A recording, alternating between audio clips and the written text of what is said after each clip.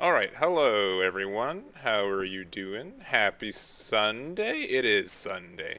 Hope you guys are having a good Sunday. We are here at CoreTCG for their in-store regionals for the OP07 meta. So a lot of store regionals going on. We got the full 64 players today and a lot of strong players that I've seen and a lot of new faces as well. So it should be a really good time. We are sneaking right into it. So let me finish getting set up on my side. But honestly, it should be a real good day. 6 rounds guaranteed since we do have the full 64.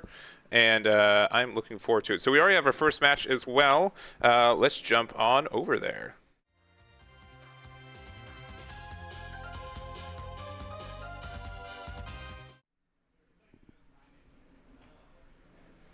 Alright, they start a little bit early, but that is okay. Nothing too crazy. We're going to start off with a Spandam. Turn 1, being able to find a Khalifa. It's just an alt art of the 2-drop. Could have also gone either of the Tempest Kicks. Some new cards, kind of like a replacement for Great Eruption in this meta. And we've got Brandon on Anel versus Rob on the Rob Lucci as well. So again, this is OP07, just got released. Not a lot of events have been happening with this guy. And I think that's going to be, honestly, based on my own testing, a lot of different decks that are just super viable right now. With Anel and Rob Lucci being two of them for sure. And we're just going to draw a card and pass, not too surprising for Anel. Generally, their prerogative for this. Also, I'm going to see if I can adjust this a little bit. It's a bit of a new setup for me here. Running a little bit hot and fast today. There it is. All right, so we got 5 life to 4 right now. We're going to go into leader with a 6K. We're going to trash 2 cards. And we're not going to take a card from there. Also, then we're going to play the stage. This is an old card, but with the new Rob Lucci leader, it's been getting a lot of new usage. Being able to get -2 with the cards that have existed now is very strong. On release, the card was pretty underused, but this card is very good right now. All right, so we got Anel going to 4 Dawn. Generally, in my experience, this is a bit of a slog of a matchup. We just have to play very slowly and try to get as much advantage as we can.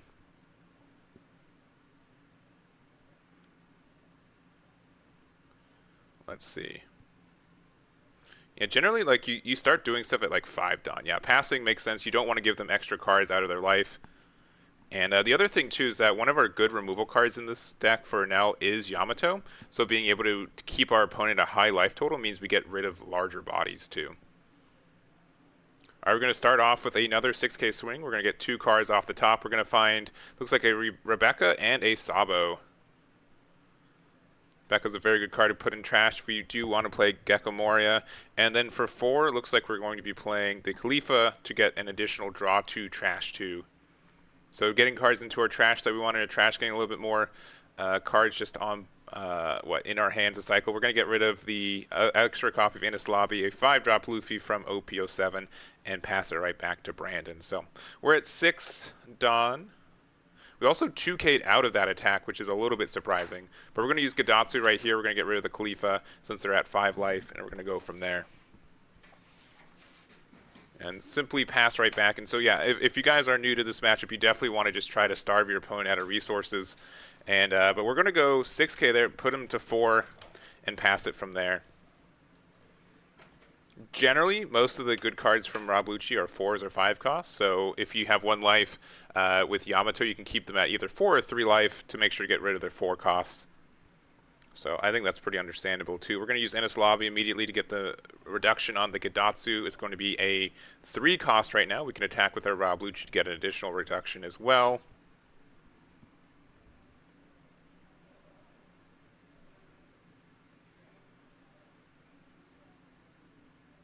All right, we're going to start with a big 7. Milling 2 more. It's going to be another Innis Lobby and another Rebecca, making the Gadatsu now cost 2. We're going to look at the card in life. And we're just going to add it to hand. I think it was a Frankie. And then for what looks like 5, we're going to play a Kaku. Another oldie but a goodie for this deck. Since, you know, a lot of the new cards for Rob Lucci just really support some of the old cards too. Kaku is like one of the best removal cards for this deck, and it's still pretty dang good. Being able to get a 3 cost or less, the fact that we get to put Cypher Pulls into our trash a little bit easier right now. And, you know, with cards on board, it can get rid of a 6 or less very quickly with the stage and leader effect, which is pretty good for a 5 cost 6K. All right, we're just going to play Katakuri. We're going to put the Kaku to the bottom, which you generally want to kind of wait for the Gecko Morias for that. But if we have a bunch of Kakus that, or a bunch of Katakuris in hand, getting that first one just hitting the board is pretty nice.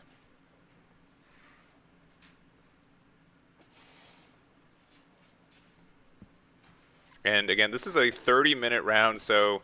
Nell likes to go in that late game. You do got to play kind of fast at times. But we do have 9 Dawn for Rob Lucci, it looks like. They could play like a Gecko and like a Rebecca and some more cycle with it, but we'll see. 30 minutes best of 1. Generally, most games of One Piece, at least in like OP06 meta, were lasting like 20-25 minutes. though I would say this is one of the slowest metas that we've had. Enel being relevant is very indicative of that, and I think like the only like true like aggro deck is like red purple law. But it looks like we're gonna start with a 6k, add it to life to hand. We're gonna reduce this by a total of 3, so this Katakuri is now a 5 cost, and looks like we're going to be using all 8 Dawn for my guess is our best friend Gecko Moria. Yep, for 8. Oh, it's going to be a Sabo, one of the new secret rares from OP07 here. A secret rare for a secret rare, that seems like a pretty good trade to me. Gets rid of a 5 or less and a 3 or less, so only getting rid of 1 card on the board, but getting rid of a Katakuri is really good. And the fact that we additionally have an 8-drop 9k on the board is really, really nice. So Nell's at 10. We have a couple of plays we can use here. Looks like we have the Yamato. Looks like we got the new 10-cost ace, another secret rare. But we don't have a Katakuri, which could get rid of that Sabo right now.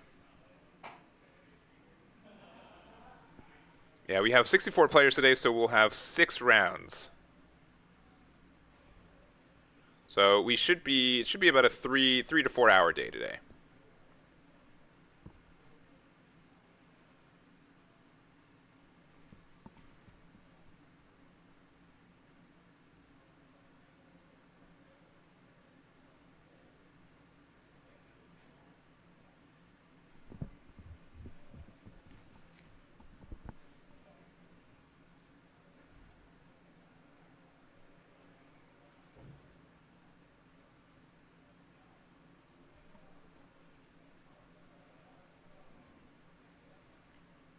All right, so some big thinking. Again, we do have some plays we can make, but an 8-drop 9k body is pretty obnoxious. And again, that's kind of like why, even if we're not doing a lot, I would like to try to keep my Katakuri. But it looks like we're going to end up playing the Raigo here. Raigo's going to be good at making sure we at least keep 1 big body off the board. And since we are already at 1 life, it's great. And the fact with leader effect, we definitely aren't going to be losing next turn. So I think all that is good, but you do usually want to have a body established first before you're using your Raigos. Oh, and we're just playing out the Frankie too with the additional 4 Dawn that we have. Frankie is a new 4-cost 5k body for the board.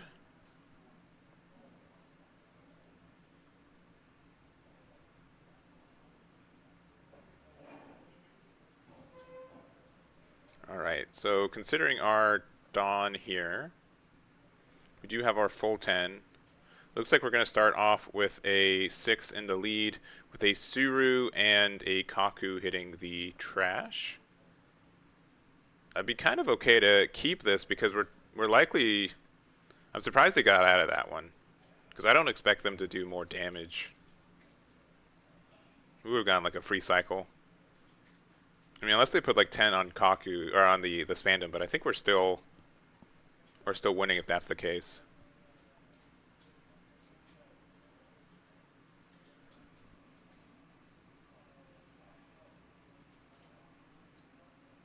Yeah, no top cut. No top cut for this.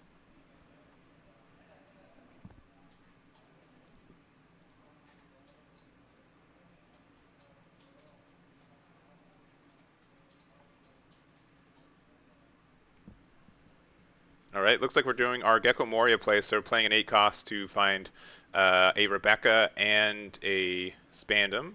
We're going to use Spandam's effect to get a Spandine, a new EBO1 card, and then we're going to use Rebecca's effect to get a 5 or less, what is it, 7 or less? 7 or less back from trash to hand. A 3 to 7. And then play something. So we're going to get a 2k Khalifa, pretty nice. A blocker that grabs a 2k is already good. And then if we want to, we can play the Spandine, which we will be, and we'll likely try to play a card off that as well. So while he's reading it, I'll bring it up as well. It's a new card from EBO1. Very, very good for this archetype, which I don't think had like a lot of support until OP07, but a great companion for that.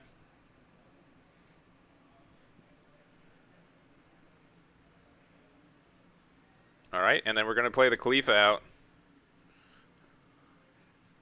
using the Spandine.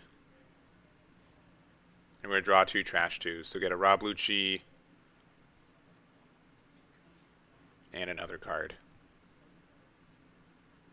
And so unfortunately not having a Rob Lucci in Trash just to be able to have a 4/6 on board, but we still have quite the wide board now for our Nell player, or for our Rob Lucci player.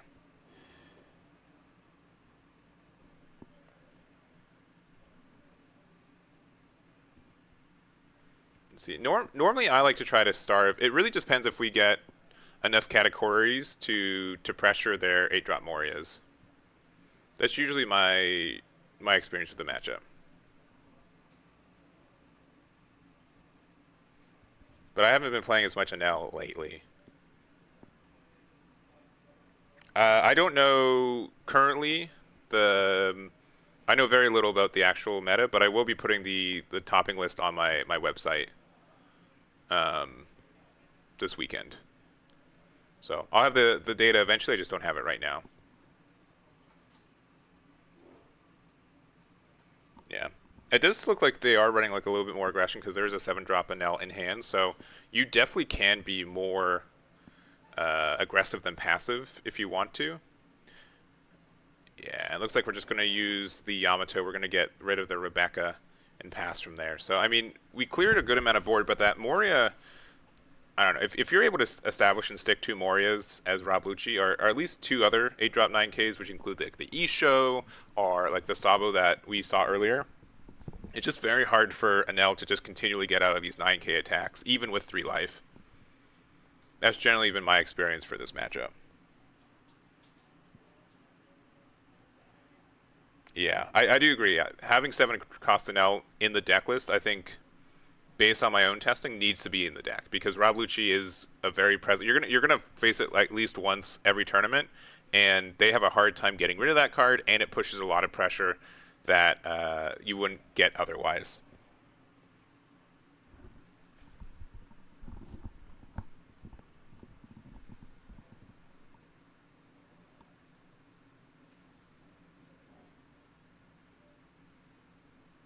Alright, so deciding on this Tendon. I can't see Rob's hand immediately, but I don't think there's another Moria in there.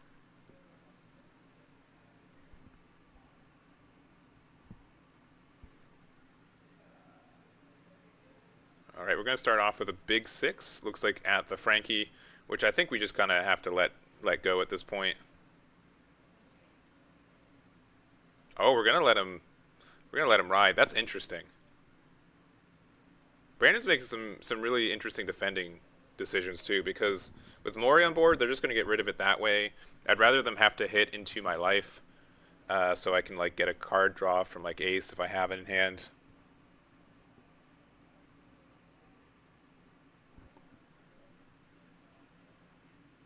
Oh, there goes an Isho. Alright, but Tempest Kick here, so we have a reduction of 6. So if we have a Kaku, we can get rid of it. Yeah, see, you just lose the Frankie anyways, right?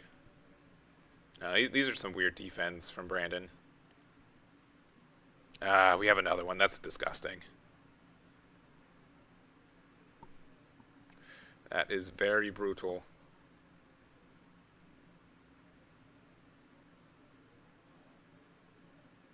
Alright, we need a Rob Lucci and some kind of cost reduction on top of it, which we have a Suru. Yep.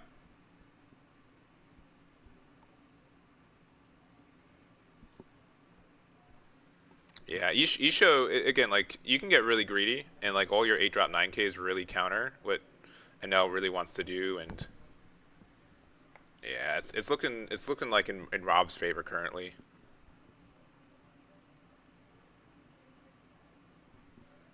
But, I mean, I think the best play, like, legitimately, is just attacking the leader, or wherever you want.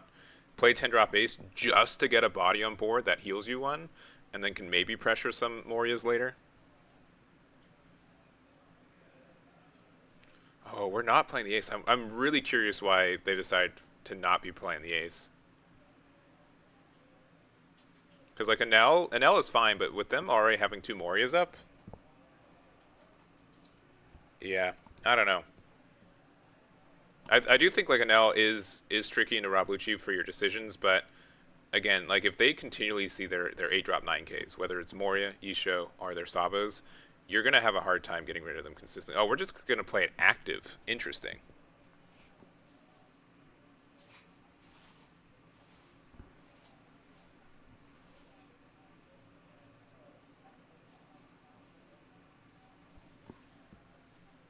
All right.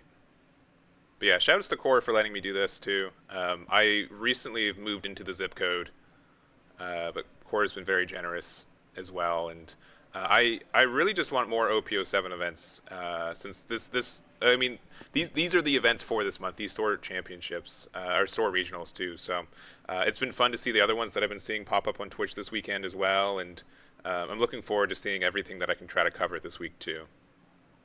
Oh, looks like we got another Kingdom Come, which we'll probably keep in hand to try to get rid of one of these Morias if it is.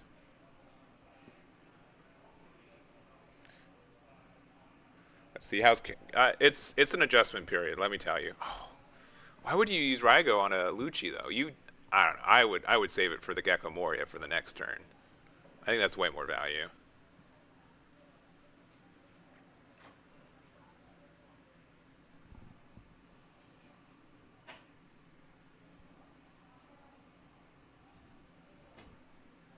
Yeah, if I was to play in an event ever, I would play, and if I want to do well, I would probably choose a build in a list that plays Moria and is consistent at getting two of them on the board back to back with value. I think most decks can't really handle that kind of pressure, and currently Rob's showing us with the Rob Lucci, like yeah, it's been working out pretty good for them.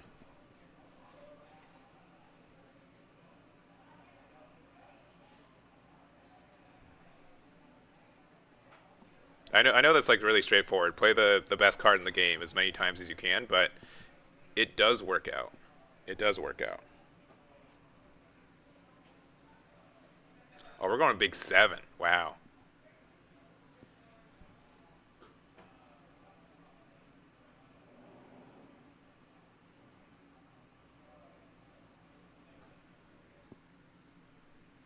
All right, so we're technically alive, but like I don't. Yeah, we're just bleeding out resources.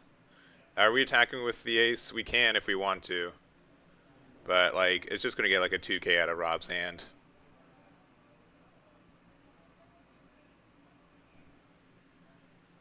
Yeah. Okay. I mean, hit them down to 2. I mean, they do have to be kind of aware that they are low on resources, but I think Rob's got the board and like the tempo on his side. With only 2 cards in hand too, yeah, it's pretty rough.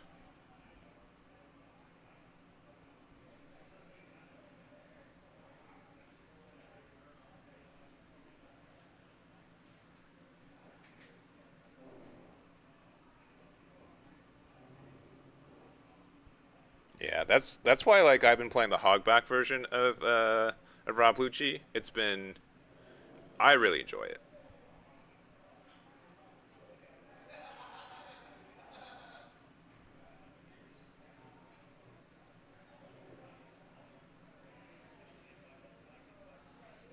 All right, we got a 5 reduction so far on the ace. We're going to 2K out. All right, you've got no cards in hand. You put 1 Dawn underneath Moria and it clears it. That seems pretty good. Like you don't even have to. Like you don't have to do this. He's got no cards in hand. Just I don't know. That's bizarre. I think did they get the Frankie? Oh, they got the Luffy, sure. But still no cards in hand. Yeah, just put 1. I guess that still works. Luffy only draws for the activate main.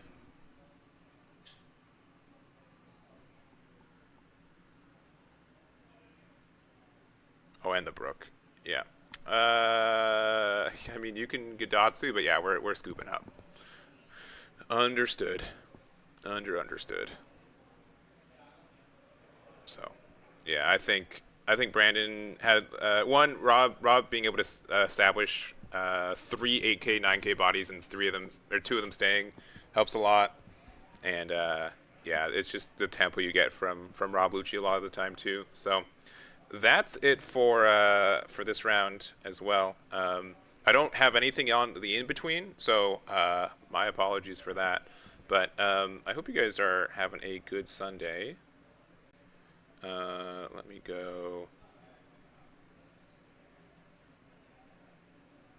Yeah, I'm just gonna stay on this screen for a second. But yeah, we do have the full 64 players signed up for today. We're gonna have 6 rounds of Swiss, so we're gonna have 5 more as well. We're probably just gonna stick to table 1 unless there's duplicate players or like unfun matchups or something. But that's the idea for this one. So yeah, we're gonna take our tiny break. We're gonna be back with round number 2. Should be back in like what? Very soon, I guess. Not a lot of time between these rounds. So I'm gonna put 15 minutes on the timer as well, and we'll just kind of go from there. So sorry for the downtime for this one. This was a bit of a hot and fast stream today, but that's kind of the plan. So give us a minute. We'll see in 15. Round number 2 will be up. If there's any leaders you want me to try to get, I'll try my best. And thank you guys very much. We'll be back in a bit.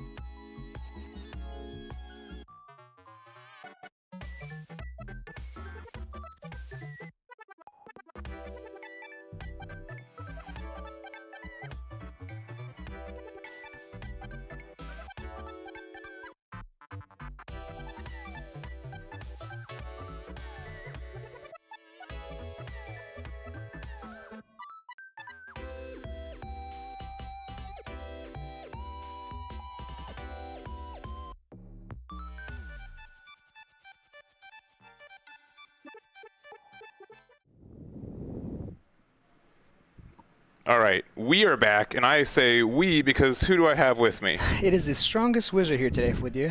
Yes, you just showed up a little bit late today, right? You were planning to be here. No. I was on the way. It's never got in. Oh, that's true. That's true. Yeah, that's true. Let me update our names. Again, it's a little bit fast and loose for us today, so I ended up just getting round one as well. But we've got Jesus, and we have Rommel. And they are both playing the Red Purple Law, which good news for Red Purple Law players. You're going to have at least one deck undefeated. Because I know that's a. What are your thoughts on Red Purple Law into this format? Man, I feel like honestly, it's. I don't think it's that good. Okay. Yeah, I used to think it's best deck in the format, but playing the meta just a little bit, I feel like I kind of realized that. That RP Law kind of runs out of steam, and you have to get really, really lucky. And a lot of people are playing anti RP Law tech in their deck as well. So, yeah, because I mean, day one, like I could not escape social media without someone saying, "Where are the Red Purple Law ban posts? When am I going to start complaining about this?" Right. And it's just like, yeah, it can win, but it's generally not my fault or my opponent's fault if the deck wins, right? It just depends on if they get the cards that they need for it a lot of the time. Right. So I do think that it's a bit more the inconsistency from it is very tough for the deck. And like sure, you can, like we did our match earlier this week, right? Mm-hmm. You couldn't find a Gordon to save your life, and it feels like a really bad deck when you're not able to do that. Yeah, the issue is that you need to see all the cards that you need to see at the exact right time. Yes. And oftentimes that's just with RP Law, it just doesn't happen like that, you know. Mm-hmm, mm-hmm. So yeah, it looks like we are starting things off here. A 5K swing going into RP Law. Yeah. We can just say that all match, huh? Yeah. And then we see the Zoro. I actually really, really love this card in this meta. It's a really, really great card that a lot of decks can't answer turn 2. So for the most part, it's usually going to be answered. The best way to play around it is not swinging into your opponent, which is even better for RP Law, obviously. Yeah, I agree. And with 3-drops having a little bit more staying power, it's really strong. There's also kind of this weird dynamic, which in this matchup, you do have some effects that you have to be less Dawn than your opponent, and if your opponent's more aggressive with like their Dawn removal, you can't get like a Reiju draw, which is pretty impactful. So there are some nuances as well, but we did end up putting them down to 3, so they will get the additional Dawn from the Zoro, which also means they get to attack you, and you can use your own Zoro effect. Right, and now having 5 active Dawn is pretty huge here. They could swing a 5K, bring out obviously a blocker like Kid or Queen, and just kind of really gain momentum here. But it looks like we're going to tap 4 for that Toy Law, that Film Law, which is, you don't really see that card too often here. We're going to use the ability here to -3 bottom deck the Zoro, not letting him have its ability, and then playing out the Sanji for that ability here, and then swinging 6K into life. So yeah, pretty big shift here. We are still at 3 Dawn, thanks to that Zoro, so not looking too bad here. Yeah. And man, yeah, that new Sanji, again, like Reiju gets all these tools, and then the Red Purple's all like, is this for me? Are these my cards now? And that's a 2K, that's a 6K blocker that you can play, like, and it's a 6 cost, which means that like Black needs to put extra Dawn or extra resources to get rid of it. Such a good card. Yeah, a very well designed card. The fact that it's almost most of the time in RP Law a 3 cost character, and then on your opponent's side it's a 6 cost, and it's a 2K. Real quick, can you go out there? I don't think he can play that Sanji because he wasn't below on. He was on -2. Minus on Dawn. Can you go check that actually? And use the load force. Or just knock if you. Yeah, because I don't think because he wasn't at the lower left Dawn, right? Yeah, you guys are right. Because a lot of matchups, they're just so used to playing that automatically, right? In most cases, yeah, you're going to be behind on your opponent because you just went -3 on the Dawn. We're going to have Strongest Wizard. Make sure on that as well. All right. They correct it? Yeah. Cool. Thank you for that, chat, too. We do have a judge, but it is not a stream judge, so they're helping all the tables. Yeah, could have swung with Zoro after that is true. So it does help a lot of momentum. But yeah, you do have to be at, what, 2 or less Dawn? Yeah. Or two or more less than your opponent. Yeah. Yeah, it's a pretty busy day here at CoreTCG. Yes. A lot of really great players here as well. So it looks like we're going to go ahead and drop the 5-cost kid and then dropping the Raise Max. This is pretty big. Yeah, I mean, again, like there are a lot of situations where we want to be less dumb than our opponent, but I mean, having more in situations like this to put pressure is really, really nice. So we're going to go -3. We're going to get rid of their Law. After we get the minus, we're going to get Sachi Penguin and 2 Dawn back. And can we sequence it that way? Where we get the Dawn back with... Okay, yeah, cool. Yeah, we can definitely sequence that way since it is our turn. We can choose how our effects activate. So it looks like we are swinging 6K, most likely going into that Zoro, and we're going to go ahead and give him a 3K counter out of hand. Yeah. That's pretty big. Since that Zoro does get us more Dawn, that does make sense, right? Mm-hmm. It does help us in that way. Yeah, it's a little difficult, though, because I know a lot of people say the way you win the matchup, or the way you tell who's winning, is how many cards are in the hand, not necessarily how many Dawn are on the board.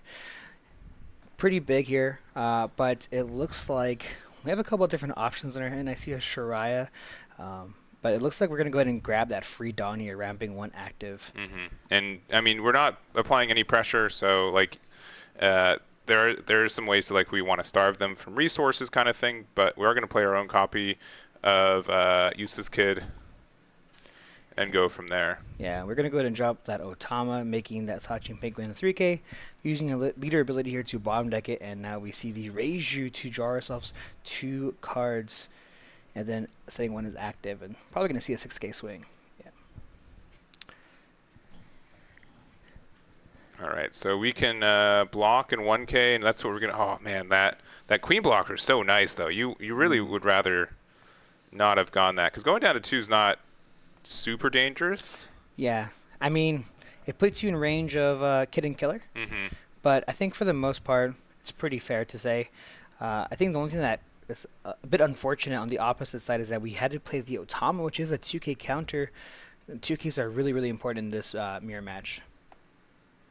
So it looks like we do have 7 Dawn here that we can use here. So obviously we can swing 5K, and if we do, it's a bit of a bait. So we could swing 5K into that Zoro if we really wanted to, try to get that block, but I highly doubt it here. We might just swing 7K, 6K with this Law right now. Oh, ooh, okay, another Kid, all right. Yeah. And we're going to have a lot of Dawn, but... I don't know if we're going to have a lot of cards to use with it, but... Oh, man. Another Gordon. Can get the reduction on their Eustace Kid, which is nice. Yeah, if this is a Reiju here, this is huge. So, bottom decking there. But who has... I don't even know the Dawn count. Can they... Do you think they can Reiju? That's true. I don't know if they can, right? Like I don't even think so. I'd have to check, but I think we have more Dawn. So even if we did have Reiju, it would just be a 4-drop 5K. So passing from there. Yeah. And now the issue is that we didn't even play anything off of that ability since we only have 1 card in hand. And now we still have a healthy 3 life. I think if we would have taken that life earlier, we would have been an extra card in hand plus another queen in our hand. Yeah. But they're going to start off with a Missile Sunday, which we do have enough Dawn to get the additional draw, which is very nice. This has been a nice ad, I think, for the deck. That I didn't see immediately on, like, once it started getting popular again, but and sometimes like that, it's so good at being like the second to last card in your life or last card in your life, and putting your opponent on decisions on if, like, oh man, well, they can now have that 1 more attack to go for game. Right. Yeah, this is a pretty interesting situation that our P-Lock currently is in, just because we do have 4 Dawn, and we don't have a blocker up. There's not really much we can do. If we had possibly a blocker up, that would have been a lot better. We need to match kids here, right? So that easy 5K swing going into life. Oh man, that's so tough though. Yeah. I mean, it is a free block, and now we do have 3 cards in our hand, which is pretty well, and we do have a good amount of Dawn here. So hopefully we see a Reiju. If we have, I mean, not too much Dawn, right? That's true. We have what, 4 Dawn to I think 8 or 9. So even if we like -3, I don't think Reiju will actually get card draw right now. Yeah. Yeah, I don't think so. Looks like we have queen in hand, though. Queen would be at least helpful, but there's just been so much momentum from Rommel, and them seeing a Reiju helps a lot. Yeah, we're gonna lose one, draw two, trash one with the queen. We are, of course, gonna ramp one as well after deciding here what to trash. But with 4 cards in our hand, we don't have too many options here. Every decision you do make at this point is very crucial since we only have 4 cards in our hand. And looks like a Zoro, yeah. And then did we get a Dawn back from Kid? I don't think we did yet. I don't think so either. I think he might have forgotten. Yeah, I think so too. Yeah. I guess it's not. Is it mandatory? Mandatory? I don't know. I'd have to double check. But it looks like we are swinging an easy 5k swing into the Reiju. We're going to give him a 1k counter. And with 4 active Dawn that we currently have, it looks like we might be playing a body here with only 3 cards in hand. Yeah, it says add up to, so yeah. you can definitely whiff on it. Yeah, so 6k into the Reiju. We are going to give him a 1k counter. Not wanting to put any more Dawn on top of these attacks here. Yeah, and it might also just be a strat of like, you know what, I need to... If there's like a Dawn number they want to get down into to be able to get their effects off again, maybe that could be the reason they could have purposely not. Yeah, definitely here. But it looks like we're going to go ahead and play the Law. We're going to use the Law ability here to bottom deck the character, then swing 5k into, I'm assuming, the Reiju here. Yeah, since they're still at 3 life, yeah, only a 5k, which makes quite the difference when... if this is 7k, because I think Rama only has the 1 card in hand, right? Yeah. Yep, and we're going to get the Reiju out. And 2 blockers is nice, but 2 life is not so good. 1 card in hand is pretty scary.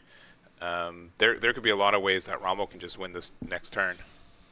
Yeah, definitely. I also feel like depending on what the left Law player gets off of his life can really change everything here. And this is just the stare down of...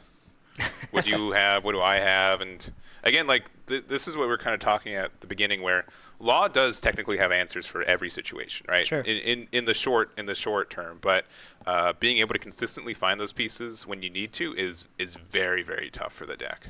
Yeah. Yeah. Swinging 6k into that kid here.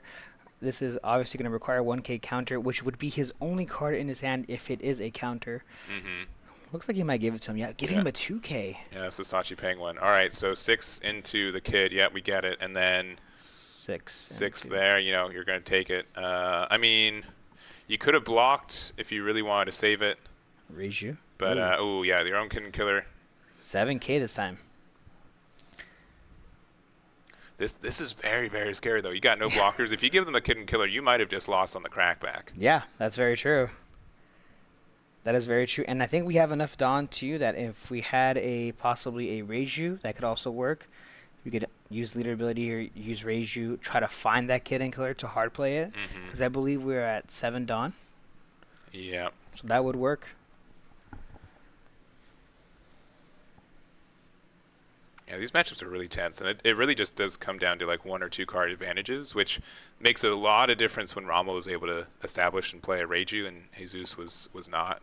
Yeah, I think another really big thing in this matchup is the deck itself, just because there's a lot of different cards that people are running right now. You see a lot of people running the Heart Pirates Bear, which instead of Ein. Yeah. I mean, Beppo. Beppo. If Beppo was here on board, every turn we'd be getting a Dawn. So it looks like we did swing 7k over the Sunday, and it does go down.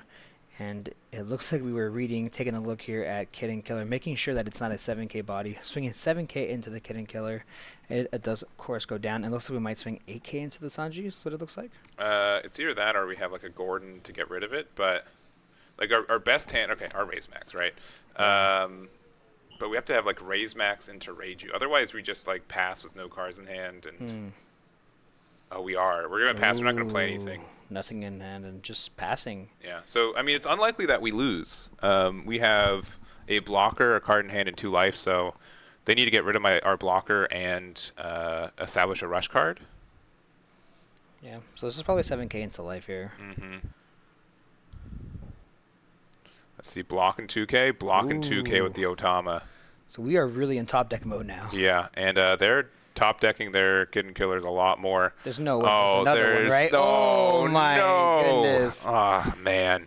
Was that 3 Kitten Killers or 4? I think that was 3. Yeah. I think that was 3. But which means he top decked it, right? Yeah. It had to just like top deck the third one. He's like, yeah. All right, I guess I'll go insane. for game. Yeah. I mean, we're just in top deck mode, right? Anything is possible at that point. It is.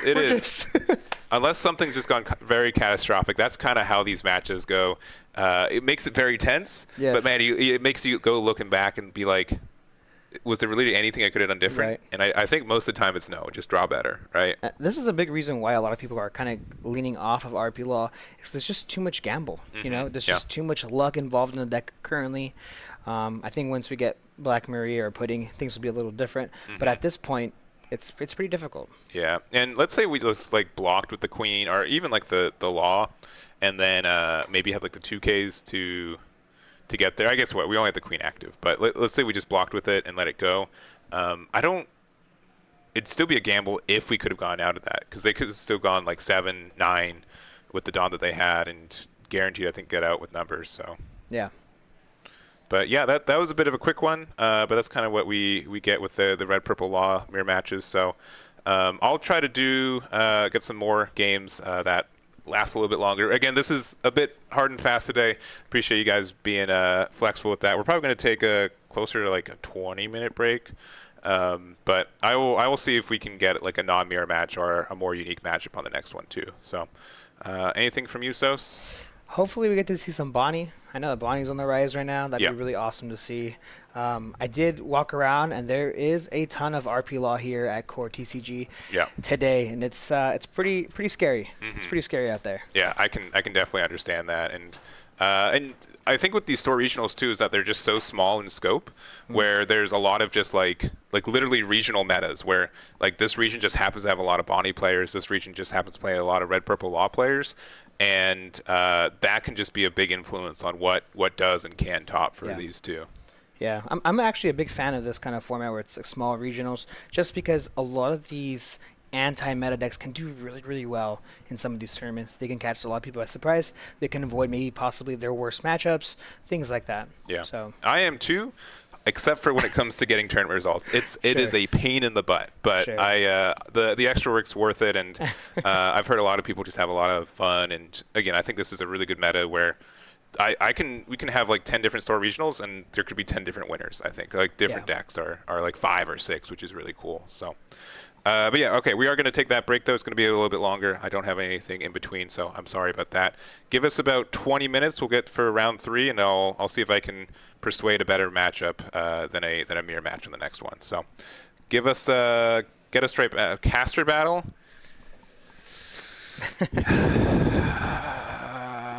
I could probably do it. You want to do it? You want to? Yeah, I can do Let's do it. I got a deck. I got a Black Yellow Luffy. All right. We can do that. The run back? Yeah. Oh boy. All right. Cool. We'll do a caster battle. We'll do that. We'll be silent on the comms. Let me get set up for that, but we can do that for sure. We'll do that real quick. Yeah. All right. We'll be muted. We'll see you guys in a moment.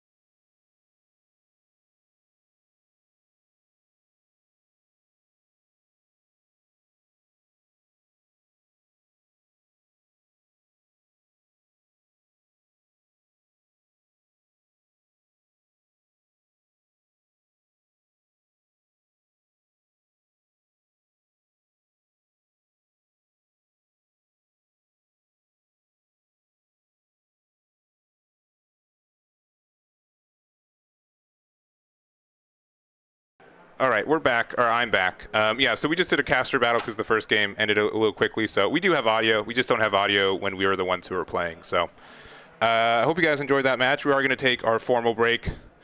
We'll be back. I'm going to say like 6 minutes from now. So we'll be back. We're going to have round 3, and we'll see you guys then. Bye-bye. Be right back.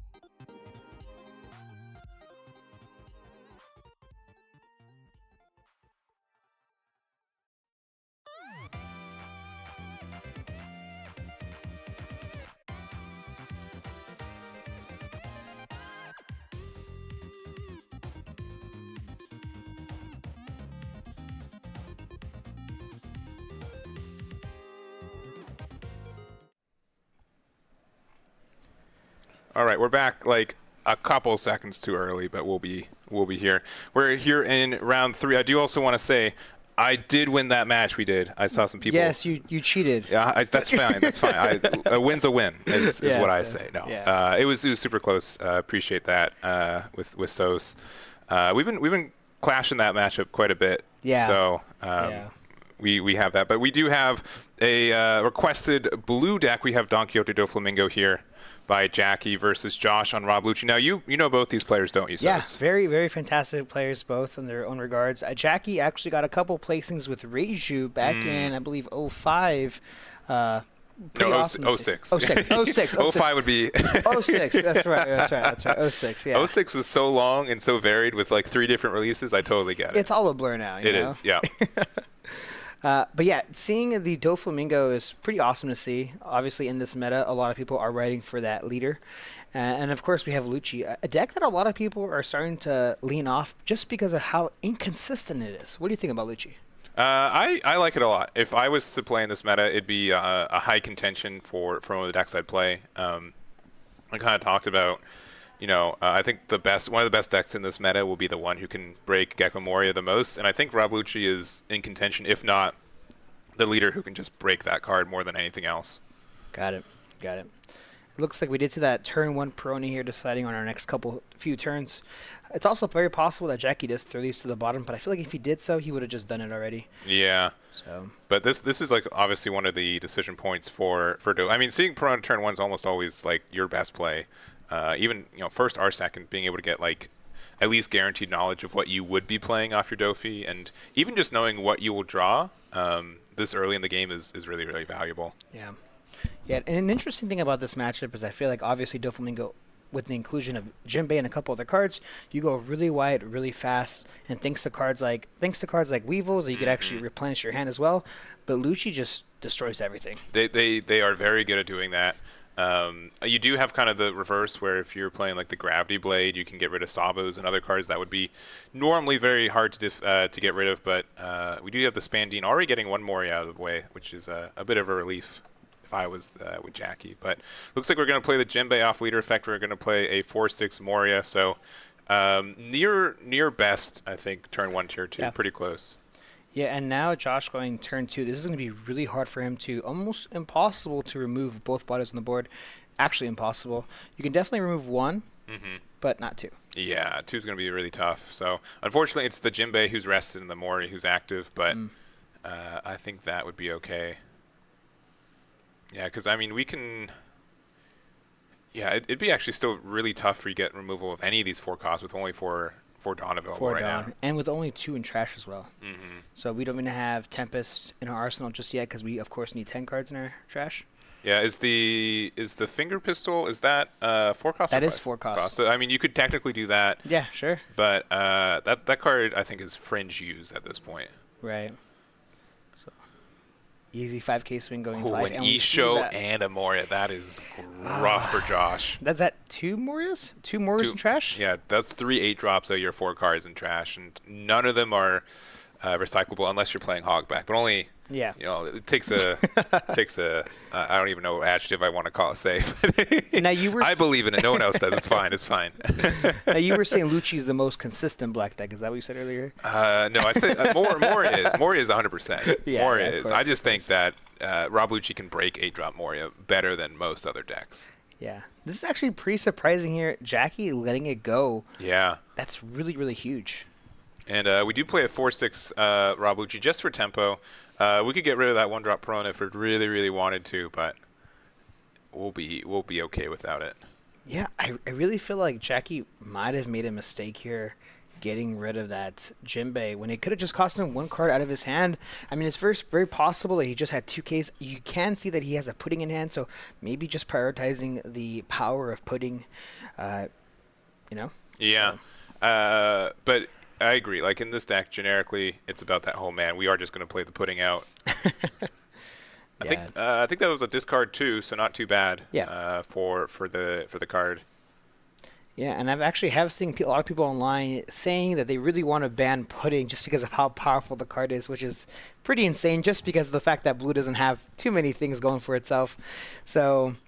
It is a swingy card. Like when you know it's around, yes, and it does like win some matchups. Like specifically like yellow has a hard time keeping a low hand size, but we are just going to give them some extra value there. And I think Josh is already down to 3 life. It's a little bit difficult to tell, but I think 3. Yeah, I think it's 3 as well. Yeah. Pretty nice to see that Rob Lucci does have 5 life since it is a mono color leader. That's actually really relevant. Actually, they're both 5 life leaders. Yeah. Wow. Which last format I think was a little bit less rare. I think I think we're going to fluctuate forever where either it's going to pump out a good amount of like broken 4-cost leaders, or we need to be more defensive, and that extra life makes a whole lot of difference. But yeah, 4-cost leaders were way more common, I think, in OP06 meta. Yeah. So that 6k swing over the Gecko Moria does go down. Once again, Jackie prioritizing his hand over the bodies on the board. Maybe just kind of saying, I can get a lot of these bodies back on the board, so not too worried here. And he does take the first life here. Yep, and it looks like we're going to be playing the Sabo. Man, if we have a Gravity Blade here, that would be pretty nice for the Lucci and the Sabo there. But trashing 2... Yeah, I definitely think Sabo's fantastic in the Rob Lucci deck just because we're not able to really draw too much other than Spandam. So seeing that draw 2, trash 2, filling your trash with the cards that you need to see trash. How did you know? How did you know? I've played quite a few games, and I'm like, it's really easy. You just say this is the best play, and if they have it, you're a genius. Exactly. Yeah. And they have Aandroidd. Mori's a good card. Bam. How did he know? Like, it's crazy. 5k swing does not end up connecting, actually pitching 1k counter out of Josh's hand here. Yeah, we put a Borsalino in the trash, so it could be setting up if we have Moria, but sneakily, we do not have that card in our hand, and I think we generally just don't have a lot of high-cost bodies in hand right now to establish anyways. Yeah, I mean, I think we have 2 to 3 Moria in trash. I do know that Josh did have a Moria before the pudding, so maybe that pudding coming in pretty insane here for Jackie's end. Let's see, we get a Helmeppo and a Spandine.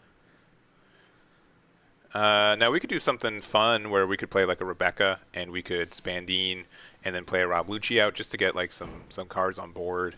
Looks like we also have 6-cost Brook in hand, which is a bit of a tech choice as well. Yeah, I think something to think about as well is the stage. Yeah. Rob Lucci, no stage so far. Pretty big. That card is insane. Yeah, and I definitely think Josh is on the unlucky side of some of his just gambles at this point, right? Whirlpool going. Oh, my goodness. That is a very big Spandam, all right. Yeah, no trigger. No trigger. And this is really just a fight of the weenies, right? Like a 5-cost, I think, is the highest thing that's hit the board. Perona, after watching the game for 5 turns, finally doing something else, attacking the Spandam. Now, see, I'm really curious to see how many bodies Jackie can actually flood the board here. We have a ton of Dawn. I don't think we know what's on our top of our deck anymore. That's been too far now. But he's got a lot of good cards in his hand. He's got a lot of cards in his hand. I think I saw a Jimbei. There's a Perona in there as well. So he can really do some damage this turn. Yeah, I mean, if you're feeling lucky. Okay, I mean, never mind. It wasn't. I'm not sure exactly what it was. Mori was on the bottom of the 5. Bottom, yeah. I'm not sure it was on the top of the 5. Yeah, I think Josh here just saying, I know you have probably a good amount of remove in your hand. I'm just going to go ahead and swing as hard as possible. And then next turn, probably we'll see the Gecko Mori if he finds it. Yeah, but I think what we're going to do is we're going to go big 8 with leader, and then we're going to be able to play something. We have 4 more Dawn to assumedly play that Jimbei that I think we sniped out of hand. So that would put at least 3 good bodies on board. And yeah, we can do, actually I think 5-7 is probably better. Yeah, so 5 with the pudding, get a 2k out of hand. We're going to go big 7, pay the 1. Top card is, oh my goodness, how did we know? Which is the Weevil, and then Jimbei. Well, yeah, technically, you play the Jimbei, and then it plays something to, play the Moria to get back. I think that was a Jimbei. Yeah, and what's really nice about this, too, is that Jimbei is active as well. So yes. The 2 5k bodies are active, and then the 6k is rested. And that really does matter a lot. Yeah, because now you have to just invest on to even like pressure it, and there's just so much momentum for Jackie so much in this game that I don't think Josh is going to have a hard time keeping up. Yeah, definitely. And there is no Gecko in hand. We do have a Tempest, so we could dig one card deeper, but praying for that Gecko more at the very top would be kind of rough. Yeah. But yeah, not seeing like the fact that all of them have been like bottom decked already is pretty rough. Looks like our best play to maybe get some consistency is Sabo, but man, Sabo and 6-cost Baroque are not buddies. They're so close to being buddies, but they are not buddies. Okaku. Ooh. Okay. So we do find some removal here, making that character a 1 cost, of course. Tempest, such a good card, drawing 1 card plus -3. Mm-hmm. Who needs Eruption when you have Tempest? Yeah, but it looks like we actually did it on the Jinbei. Because we're probably just going to attack into the Weevil and then... No, okay. Yeah. So it looks like we're swinging 5K into the pudding? Yep.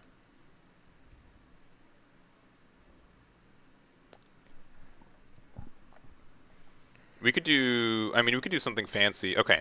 Maybe this is a good play. We can play Rebecca for 4. Okay. We can use it to get Spanding to get Rob Lucci to get rid of the Weevil. Okay. And then we can play 5 for Sabo to get rid of another card. But I think we're missing 1 reduction for that, though, right? Yeah. So essentially, the two 4 costs that are standing would stay alive.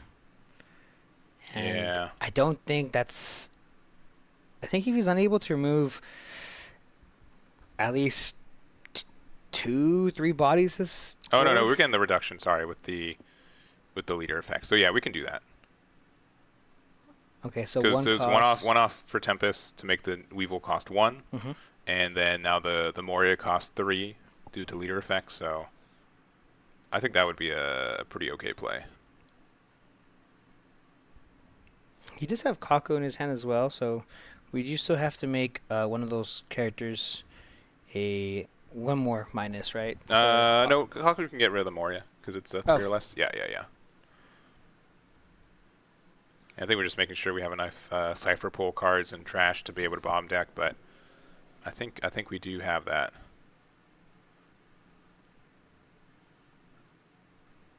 All right, we're going to use Kaku's effect for 5. And we're doing in this order too, just to make sure that we do have the protection on the Kaku. Not that Dofi's really... Oh, no, we're not playing Sabo, never mind. We're just going through it, though. Yeah. I mean, we do still have the blocker on the board. Rebecca, obviously, a really good card. Mm-hmm. But regardless, we're not playing Sabo, but like the protection is just not super applicable in a deck that doesn't traditionally KO anyways. But yeah, so there's a lot going on, but I'll do our best. So again, we use the Rebecca effect to get the Spandine. Spandine's effect says on play. We can bottom deck 3 Cypher Pool cards to play a 4 or less from our trash. So we're going to use that. We're going to get the Rob Lucci, and then we're going to bottom deck some additional cards to get rid of that. So we were able to clear 3 bodies, which is pretty nice. And establish a good wide board ourselves. We do have a blocker up, but I think Josh is, as far as we know, only at 1 life, right? Yeah, he's only at 1 life, and we do of course have 2 bodies here for Jackie, so we can swing pretty big 3 ways, but we probably still wouldn't get there anyways, just because of that Rebecca. Mm-hmm. And there isn't too many ways that Dofi can actually just efficiently remove Rebecca without spending like 6 Dawn. Yeah, probably the easiest way would be like a what's it called? Like a 3,000 Worlds, which is a bit of a choice. I don't think they're often in Doflamingo right now, and that's still 4 Dawn to get rid of a 4 cost. So looks like easy 5K swing going into life, and I think we might only have 2K counters in a hand if we're Josh here. Yeah, I'd be moderately tempted to just get the block there, but we will see. Yeah, another... Yeah, 2K. And that's another Cypher Pole, so maybe we're trying to put more cards in there for that as well. Okay, we're going to go 6, so we are confirming we're not playing a 10-drop Kaido, but it looks like we probably have a... Sanji? Sanji. Sanji. I was gonna say Mihawk. Sanji. Mihawk. We know the top 5 ever deck though. Sanji. That is Mihawk. Got him. Okay. Still really good. It's going to be really difficult to get rid of that Mihawk, especially with no stage on the board now. So with 2 life on Jackie's side, I think we're sitting extremely comfortable here. Yeah. Most Rob Lucci decks don't play Rush. There is access to like the 6 cost from like set 3, but generally people don't play that card. It's going to be difficult to remove this Mihawk, but not impossible. But I think Jackie's feeling pretty safe that it's going to be very tough for him to lose next turn, and it's going to be tough for Josh to remove enough things to be defensive about it too. Yeah. Yeah, I think Josh is this turn probably just going to remove the 2 4-cost bodies and then just see the Mihawk on the board. He has a Sabo, 5-cost Sabo in hand, so that is going to give him a little bit of protection. But we'll go ahead and see what happens here. We also have a Brook in our hand. Mm-hmm.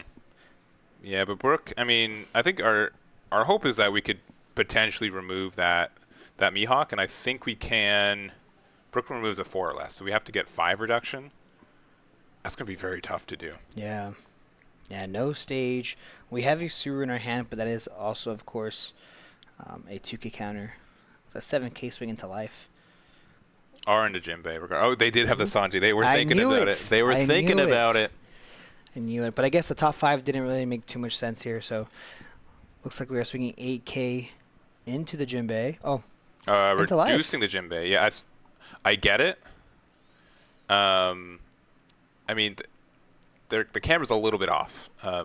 Not despite our best efforts, but sure. If they had 2 life, it makes a big difference, but I believe they're at 1. Yeah, and I think this is just game here. 7K swing into life. We're going to go ahead and see the Mihawk coming down. Yeah. Okay. Then we can just put, 3 on pudding and then go from there? Yeah, 3 of the 9 will connect here.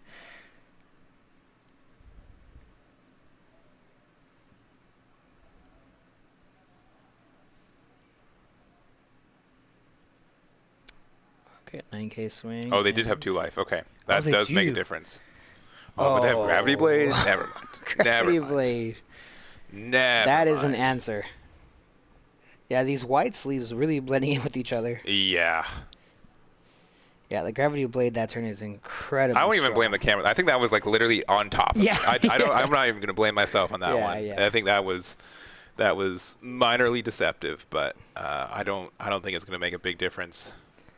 We're going to go a big attack 7. We're going to 2K, 1K, and we're just going to pass from there. Yeah. Scoop it up, yep. Looks like they finally drew a Sabo off the top, so they could have used that to get rid of 2 bodies, but Mihawk and Dofi on board were going to clean that up no matter what. 3 Gecko and trash. Yeah. I mean, I feel like if Josh would have seen the Gecko Murders a lot sooner, it would have been a completely different game. If he would have seen Stage a lot sooner, it would have been a different game. It's just Rob Lucci being a bit inconsistent at times really hinders the deck a lot. Yeah, I mean, it's like not like if you mill a card, it doesn't mean like you're never going to see it kind of thing.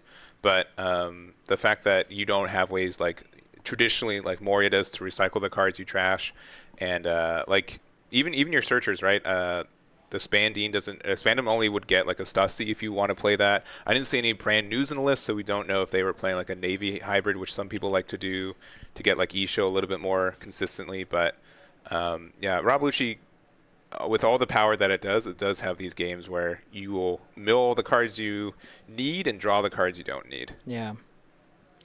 Yeah, interesting enough too, Doflamingo, incredibly consistent. Yes. As soon as we see a Perona, we're able to kind of literally set up our future turns. So yeah, really and I think Jackie did have like near perfect turn 1, turn 2, which helps the momentum for the deck a lot. Mm-hmm. And then like Gravity Blade on curve to get rid of 2 additional bodies.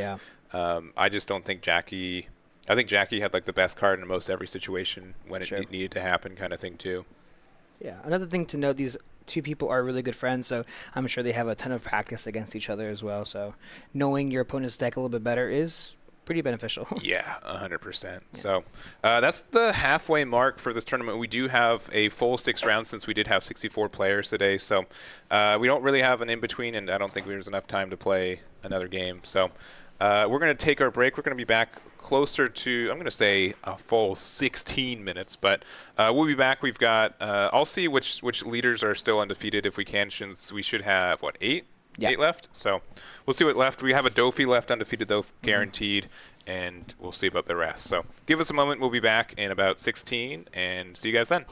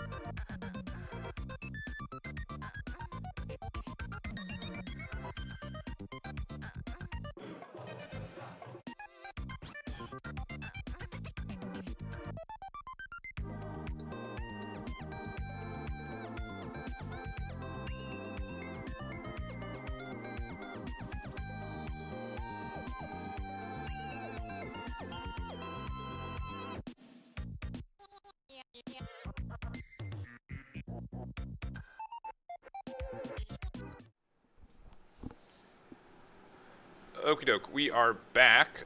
We do have our round 4 out of 6 rounds today. And I do have the undefeateds left. We have 2 Luccis. We have 1 Dofi, 1 Enel, 1 Perona, 1 Red Purple Law, 1 Nami, and 1 Black Yellow Luffy. So 8 players left undefeated and 7 different leaders, which is insane. Yeah, this is an amazing thing to see. I feel like I was mentioning this right before we went on, that this is something that I feel like we kind of get only in store regionals. I feel like when there's a big tournament like a regular normal regionals, when there's 9 rounds, it's a little harder to see such good variety. But at the same time, OP07 is extremely diverse. So yeah. I love to see it.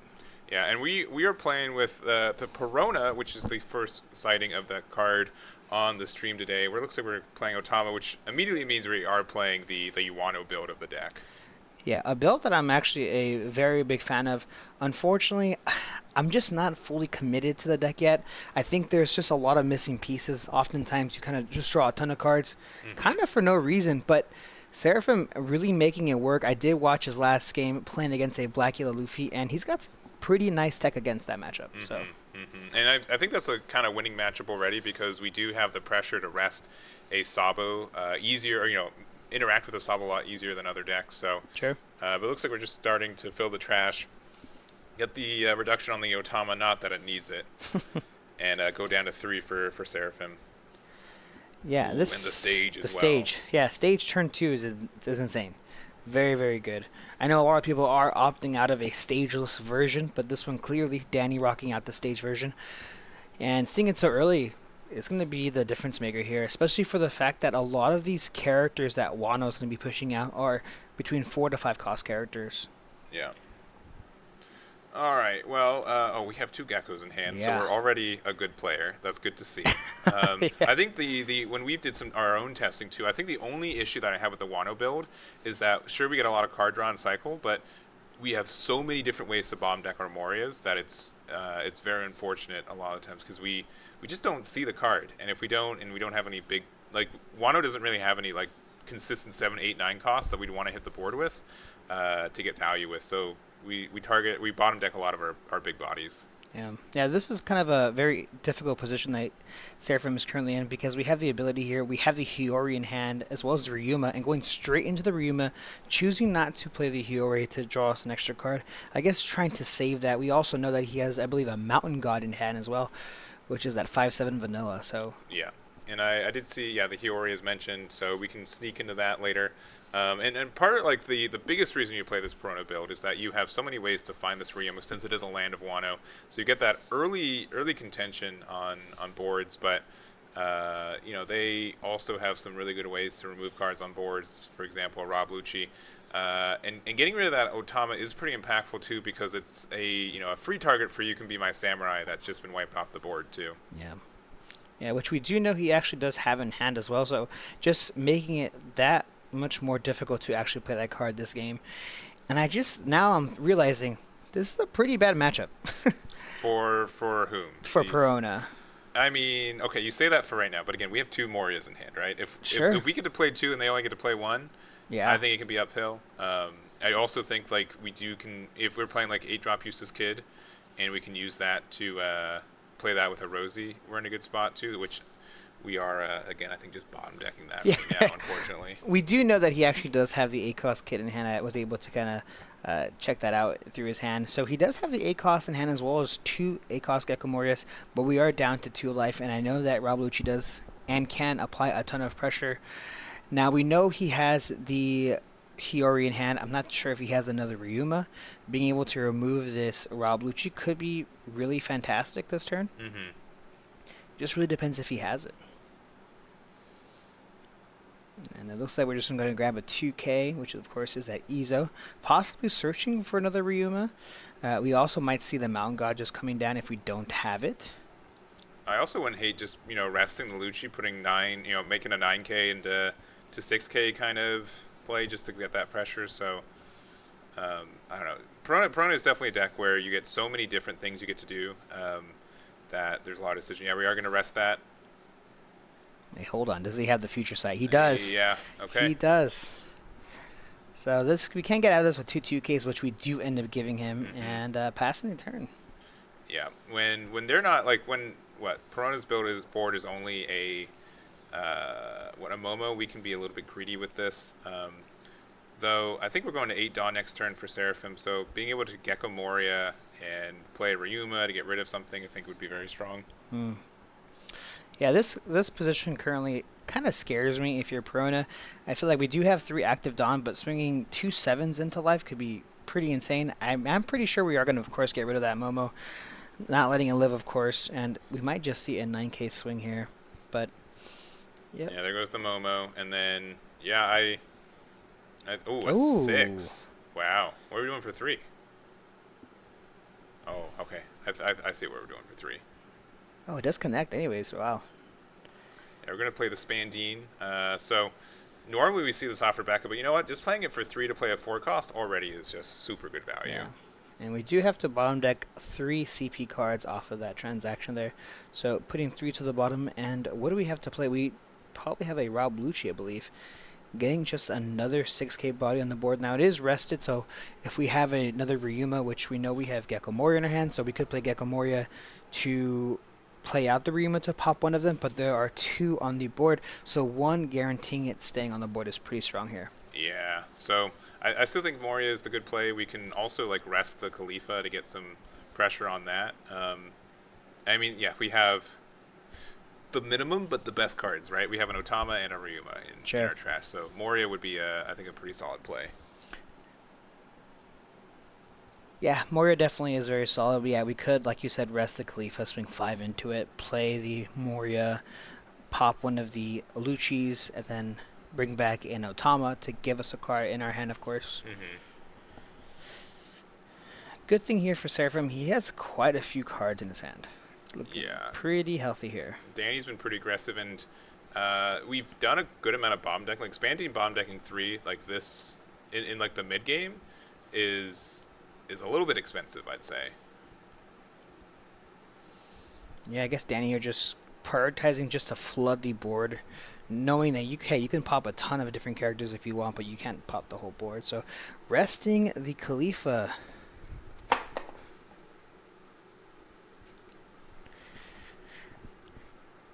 Yeah, I think this is probably, Yeah. Now, if they want to give a 2k to survive, oh, they will. Yeah. We're going to take their word is a 2k. I definitely think it's the right play. Just for next turn, we can just apply a ton of different pressure. Even if we eat up a couple, probably 2 life next turn. Having so many bodies on the board. At max, you can only get rid of 1 body right now. Yeah, so we are going to play the Gecko Moria. We're going to use it to play Ryuma and Otama. We're going to put Ryuma in rest, which I think that's fine. Not a huge decision. We're going to play the Hiyori out as well, or get that off the Otama. Seraphim has, I think, like 10 cards in hand, which is nice, but yeah. I think we'll be lucky to start the next turn with 5. Yeah, I mean, 6k going into life. Yeah. 6k. I'm in the top 2. Hogback! Oh, Danny, you're the best player. Oh my goodness, Danny knows the sauce, I guess. Yeah, giving him a 2k for that as well. So can admit he can see my posture change. Yeah, it goes from like leaning back to like engaged. The energy in the room just changed. And I think with 5, Dom, we might see a possible Sabo coming into play. We are going to give him possibly another 2k and a 1, because this is 7, right? Yeah, I think we take this, honestly, if we have 8 drop, because I see 2 drop Rosie. Oh, we're giving 2k, 1k. Yep, Sabo filtering here, and we see a Gecko Moria. Yeah, so prioritizing the Gecko Moria in hand, keeping it, pitching the Tempest. And now Seraphim's board's pretty big. Yeah, but again, like this is the issue for these matchups, as I've been saying. I feel like continuously is that Danny has established no Morias, and Seraphim, I believe they're going to start off with their second one right now. Yeah. Especially with we're going to play 8-drop Kid. Okay, like it. Very unfortunate, with Danny. Rosie, yeah, that's very good. Yeah, this is pretty unfortunate for Danny here, and even worse, he actually removed and pitched the Tempest out of his hand. That could have been dire, but we see the Rosinante coming down the 2 cost, and that card is very, very obnoxious rude. for Rob Lucci. Rob Lucci is very good for popping like one thing a turn. And so here's the other thing. We use You Can Be My Samurai. So it rested the Rosinante, which you'd be asked the question. That's fine. Why would you rest a blocker, Eggman? Well, I'm so glad you asked this. And so the reason for it that I've caught a lot of people off guard with is that Rosinante protects from any kind of KO, which can be from battle. So even if you're attacking into the 8-drop kid, you can still use the prevention of being KO'd with the Rosie. Yeah. And even worse for Danny, even if he drops possibly a Rob Lucci and tries to remove 2 characters on the board, including one of them being Rosinante, Rosinante can actually eat up both of those. Rosinante effective can KO, it can rest it, right? Yeah. You play Gecko Moria and then Rosinante? What do you mean? So Gecko Moria plays the Rosinante KO, so you can rest the Rosinante, right? If you KO the Quijote. Sorry, the Rosinante? Do you know what I'm saying? He plays Gecko Moria and he KOs the Rosinante. The Rosinante goes off, he can rest the Gecko Moria, right? You mean Basil? No. He's Gecko Moria. Is it the game on stream or? Yes. Okay. So the Rosinante? No. He used You Can Be My Samurai. Huh? He used I Can Be My Samurai. Yes, Yeah. correct. But if you KO Rosinante, right? It can rest the Gecko Moria. So the Gecko Moria comes out, brings out 2 cards, KOs the Rosinante. The Rosinante can rest the Gecko Moria, right? I don't think we were following here. So you follow this. Yeah. Yeah, so give us 1 second here. It looks like there is a bit of a question in the ruling here. So just give it a quick second. Yeah, I guess there's just a bit of confusion about Rosinante itself and the ability. So, but this is a very close game, and dropping the ACOS kid is extremely dire here. So. Rob Lucci KOs 2 things. One of them is the Rosinante, something else the rest. Rosie can pop us up. Yeah. And the great thing too that Seraphim has a good amount of cards in hand still, so even if we're able to remove the Rosinante and then go for ACOS kid, we have enough counter, I imagine, here. Yeah. All right. So this is the question.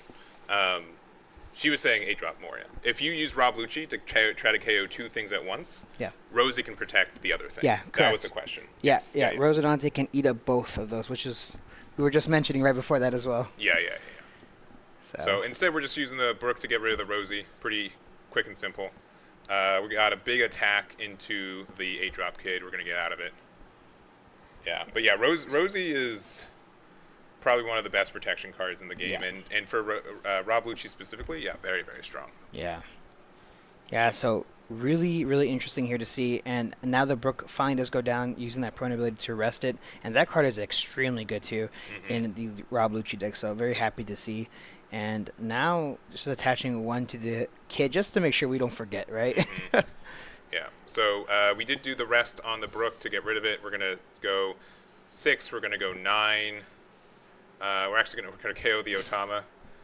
So I guess we don't lose this turn, right? Otama could have attacked for game, right? Sure. But I think we have an 8-drop Moria in hand. We do. We do have an 8-drop Moria. Can play another 2-drop Rosie. Yep. Yeah, and we can get the cycle. Just keep going. It's dire. Yeah, this is... Yeah, wow. There it is. Yeah, pretty insane here. Tapping the 8 for that Gecko Moria, grabbing the Rosinante, having it standing this time around, and then playing out the Hiyori. Hiyori ability here, we're going to go ahead and play out the Ryuma just to draw the extra card off of Hiyori's ability. Yeah. Yeah, so same thing. Yeah, so Rosie additionally, if you were playing like H-Cross Sabo to KO 2 things, if Rosie can protect the other thing, you can, because Rosie is, there's not another card like it right now in this game. Correct. So it's not like when KO'd, it's saying if a card would be KO'd. So Yeah. since this effect activates before the KO happens, it's able to protect the other thing. Yeah, Rosinante being definitely a one-of-a-kind type of card, something that green definitely benefits a lot from. And in this particular build of having the black and green combination Perona leader, it's huge. Yeah, it's a very, very strong combo. And the reason we didn't see as much, I think, in last format was because Sabo, it could get bomb decked pretty easily by Sakazuki, right? Sakazuki. That was very present for that one, and but that protection is just huge. R.I.P. Why would you not swing to Rosie and then KO with Sabo last turn? Because you can't, because 8-drop Kid has the redirect. Yeah. So the only thing you could attack into is the 8-drop Kid. Yeah. Yeah. Green having a lot of different unique abilities here. Of course, having the redirect off the Kid, having the protection off Rosinante, a deadly combination. Yeah. Especially against a deck like Rob Lucci. Yeah, my other kind of favorite combo from this deck too is that we are green and black. So we can play Kid, we can play Rosie, make sure it survives. Mm-hmm. We play 5-cost Sabo next turn. Yeah. Devastated. yeah. Complete lockdown. They're just like, oh man, really? Yeah. So it looks like we are going to pass the turn. We currently have an 8K body, the 9 plus the 6. It's looking pretty dire. Yeah, it's rough. So yeah, Izo, we got the cost reduction with the leader effect. Get to rest at 9K in. Seraphim taking this one. And Perona taking it pretty insane here. Honestly, Perona looking pretty promising in this store regional. Yeah, it's one of our 4 undefeated, and that is pretty strong there. Isn't the Moria rested? So they played Moria to play 2-drop Rosie and Hiyori. Hiyori was rested, and then you use Hiyori effect to play the Rima active. Yeah. And that's the great thing about the Wano build, is that when you ring out the 4 costs, normally it's the Hiyori to go ahead and play the Ryuma or the Mountain God to draw yourself an extra card, and then the 2-cost character is normally Rosinante to have as active. Yeah, and then Moria, the 4 cost is not always active and the 2 cost is rested. You get to choose. Mm-hmm. So that is why they chose the 4 cost. Yeah. All right, I didn't expect this to be the ruling round, but if there's any other rulings or questions you had for that one, go for it while we're still here. Yeah. But yeah, generically, 2-drop Rosie is very good for destruction effects. Like 8-cost Sabo, 4-cost Lucci, as long as it targets 2 rested cards, Rosie can save the other one. Yep. It is probably one of the more specific rulings in this game, so I understand why it's not as known. How did Gecko? They targeted the active Gecko. Rosie only protects rested cards. Yeah. That's the other thing. Which is why it's such a great combination with 8-cost Kid, because usually whenever you pass the turn, that card is always rested. Yeah, because you can rest the card to play out the Rosie, which will inherently let the Rosie protect it too. So. Yeah. So that's a lot. I know this was a lot more specific than we wanted to. Also, I will have top 8 on my website likely tomorrow, if not Tuesday. But I'll be covering this and like 3 other store regionals that happened this weekend. So it's been a lot of scrounging, but I've been able to get a lot and had a lot of help from the community too. So, but yeah, I'll have as much as I can with it being such a weird month of events and everything else on there too. So that's the expectation. I'll have no heroes out. Yeah, that should be out in the next 24 hours as well. I know the Red Green Law list is already out too, and I retweeted it, but I should have top 16 for that out in the next 24 hours too. So a lot. And there's like a Fusion World event. There's been some Digimon events. Busy guy. Eggman events is going to be incredibly up to date in the next little bit. So, well, we've got 12 minutes left in this round. Again, I'm sorry. This was a quicker stream for setting up and stuff, but I don't really have anything else but to give a break. Unless you guys have any questions or anything. Again, going into this round, let me double check. We had 2 Luccis, a Dofi, an Enel, Perona, Red Purple Law, Nami, and the Black Yellow Luffy. So 7 leaders undefeated out of 8, which is really cool. And we can know what we have for the top 4. For this event too, it's 64 players, 6 rounds of Swiss, and top 4 get invites for either Card Fest, right? Yeah. Super, very diverse. This top 8 that we're gonna have pretty soon here. I'm actually really rooting for this Perona to make it all the way, or possibly Black Yellow Luffy. Recently been a huge fan of that deck, so hopefully we'll see a little bit more diversity. No matter what, it's going to be a diverse top 4, top 8.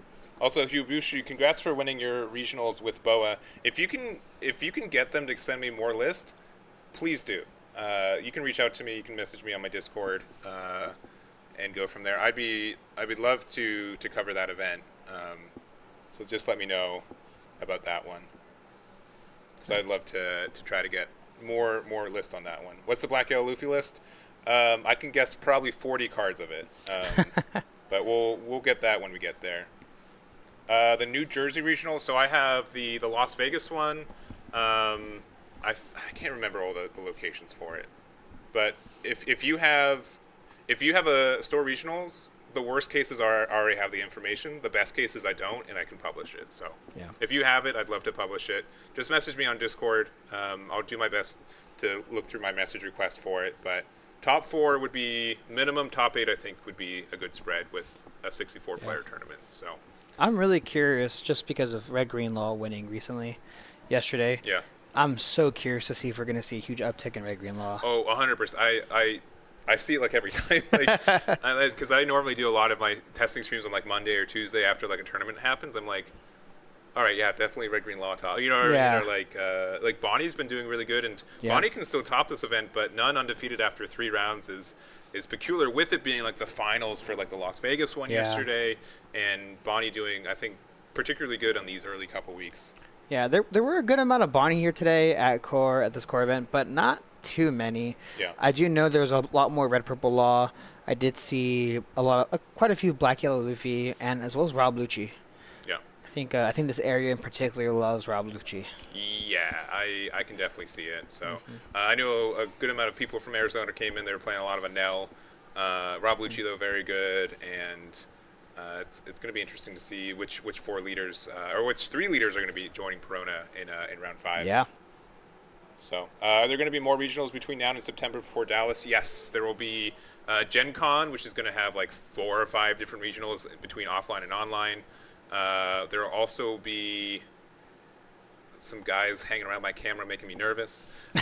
But then we have, an event in California, I think, in August, right? Yes. Yes. Yes. Which is going to be easier for me Pasadena. that I live here. Because we have a Pasadena event in like 2 weeks. That's going to be Digimon, Fusion World, and Masters. But there's one in Arlington. There is. I think there's also Canadian ones. So I think there's a good amount of August ones.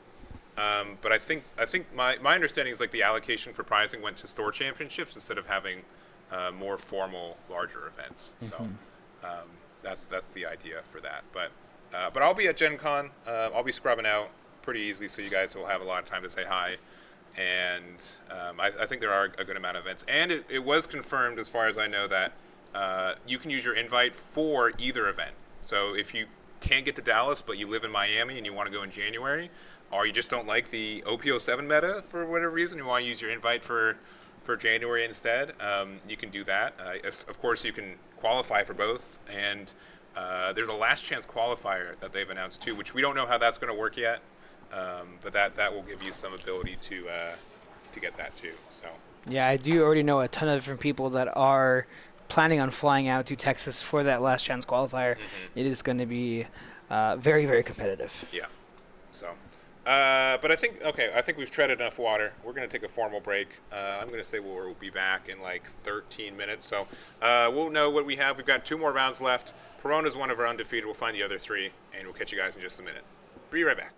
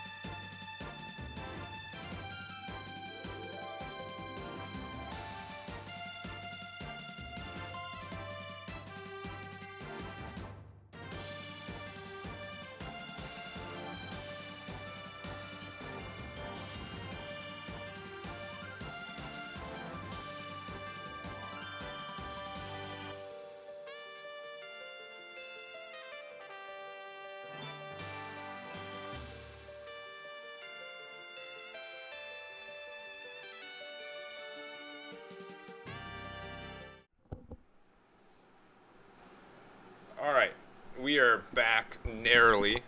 Let me fix the timer and everything. But we've got round 5 of 6. We've got the same matchup, and so what's at table 2? Maybe that'll explain why we're in this matchup. Yeah, at table 2 we currently have Nami versus Anel. Yes, so I would take a pretty healthy bet. That's an unfun matchup for Anel, and it's probably going to be in Nami's favor pretty quick. Yeah. If I made the wrong decision, just let me know. Yeah, do you guys want to see Anel versus Nami? Yeah, you just let me know, all right? Let me know if I made the wrong call on that one. Yeah. But we do have Perona versus Lucci once again. Now, I actually have a little bit of insight. If you guys didn't know, I was playing today. Yes. And Eric here on the right actually took me out round 1. And I decided, hey, you know what? You got it, Eric. But this 5K swing does end up connecting here, and now we have the one cost of Thomas searching top 5 for, of course, the Atlanta Wano card. There were like a good amount of options in there too, huh? Yeah, very, very healthy. Now, the big thing in my mind right now that's going on is I'm thinking currently, what's the best chance against Nami? Perona or Lucci? That's really close. I honestly... Maybe Perona. It depends on Lucci. Lucci can do some cool like Spandine plays to get like reductions, or like get things out quicker. But honestly, I think Nami has a good time into all 3 decks there in the rest of this top 4. Yeah, definitely here. So, passing the turn here, we currently have 5 active Dawn on the right hand side, and with 3 open actually on Perona.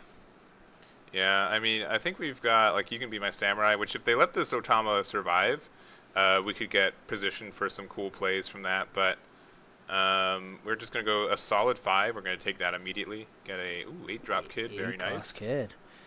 Yeah, we're going to go ahead and see if possibly we can make the same magic happen like in the other matchup, grabbing that Sakazuki and passing the turn.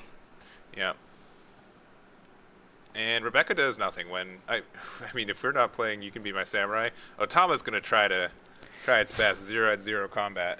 Yeah, definitely. So going to go ahead and rest it, and actually swinging 5K over the Rebecca instead of the Otama, and playing the Sabo. Yeah, and honestly, like, I would be okay with playing You Can Be My Samurai here. Sure. Because it's a 6K body. They're probably going to get rid of it anyways. There's the one Ryuma from one discard. We got to figure out the second one. Yeah, debating here whether we want to pitch the Rosinante out of hand. It's such a good card when you already have 8-drop. It won us the game last time. So it's going to be Otama instead, and we're going to be You Can Be My Samurai, resting Otama in the Sabo, getting an additional 2 cards. Yeah. I think that's worth it. Yeah, definitely. Just the fact that we probably will take it even if we end up swinging into life here. And if you swing into the Sabo, it would be the same thing as essentially blocking anyways. And for the fact that the entire board does have protection as well, so pretty good here on Perona side. And it looks like we could be loading up this leader here. Yeah, but again, like you're just not putting any pressure on board, right? But it looks like we're going just 6 into Sabo, which I would likely just try to counter out with if I could. Yep, milling 2 cards off the top, of course. One of them being a Borsalino as well as an ACOS Gecko, and now we have the Brook. The tech spicy Brook. Yeah. Yeah, Brook being a really nasty card in some of the bad matchups that Rob Lucci does in the facing decks like Black Yellow Luffy, as well as against the mirror match. Being able to remove Sabos even with protection is incredibly useful. Yeah, but we're going to, I think, 8 Dawn right now. Likely 8. Which, I mean, we do have our Moria. And even if it's just for a value play, that's a pretty good value play. Mm. Yeah, something pretty big here is that the Brook's actually a 6 cost. Mm-hmm. So it's going to be pretty difficult for Perona to actually rest without using a card like Ice Age. Yeah. Oh, we're just going to play out the Kid. We're going to use the effect, but we're not going to put the Dawn underneath, which is fine. Yeah. Right? But just getting that early protection, it's good. I actually really like this play. Yeah, it's actually a really fantastic play that we see here, especially for the fact that if worst case scenario, Eric is able to swing over this ACOS Kid, we have another one in hand. Yeah, and if we get the we try to target the Rosie, or we get rid of it, we have 8-drop Moria to bring it back to get the protection again for 8-drop Kid. This is pretty nasty. Yeah, definitely. So it looks like we are tapping 8 here. Possibly tapping 8. Looks like it's an 8. You're going to play likely Moria then? Yeah, I do know that Eric does run the Sabos as well, but Ooh, Isho. Isho, uh-oh. Yeah, this is really good here. This is kind of scary. All right, what are we getting? Ooh, Sabo, and I think that's a Toy Soldier. Yeah. Yeah, not too bad here. Not the best, but not the worst here. So 6K swing going into life milling the top 2. And it looks like an easy 2K counter, but yes, we're going to go ahead and take it here, dropping it down to 2 life, and then just passing the turn. This is a really fantastic turn for Eric, but at the same time, we know that Seraphim has the ACOS Gecko. Mm-hmm. Yeah, so, but I will say Isho is strong. 8-drop Kid is worse when they also have their 8-drops out on the board, right? There might be some magic numbers we could do to get rid of some high value cards on board, but yeah, okay. Sorry. Yeah. Yeah, and we are at 10. Yeah. That is correct. Yeah. Yeah. So attaching 1 to that ACOS Kid, making sure that we do not forget. We need to utilize all that, and I guess Seraphim taking a look at his trash to see what we can play off of the Gecko Moria. Mm-hmm. Yeah, because we have Sabo in hand, but I don't think Sabo's really clearing anything too fancy. We're going to start with a big old 5. And that's what I'm saying. Like, you would have liked to see the Rosie hit the trash just so you can get it back with Moria to get the blocker again. But, again, not really having the pieces we'd want. 9K swing here does connect, dropping down to 2 life. And we might see...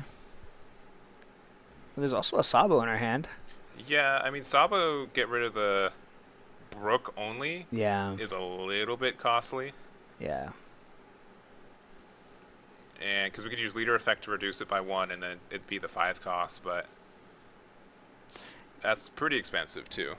Yeah. Isho being on the board is a pretty big issue that Seraphim has to face now.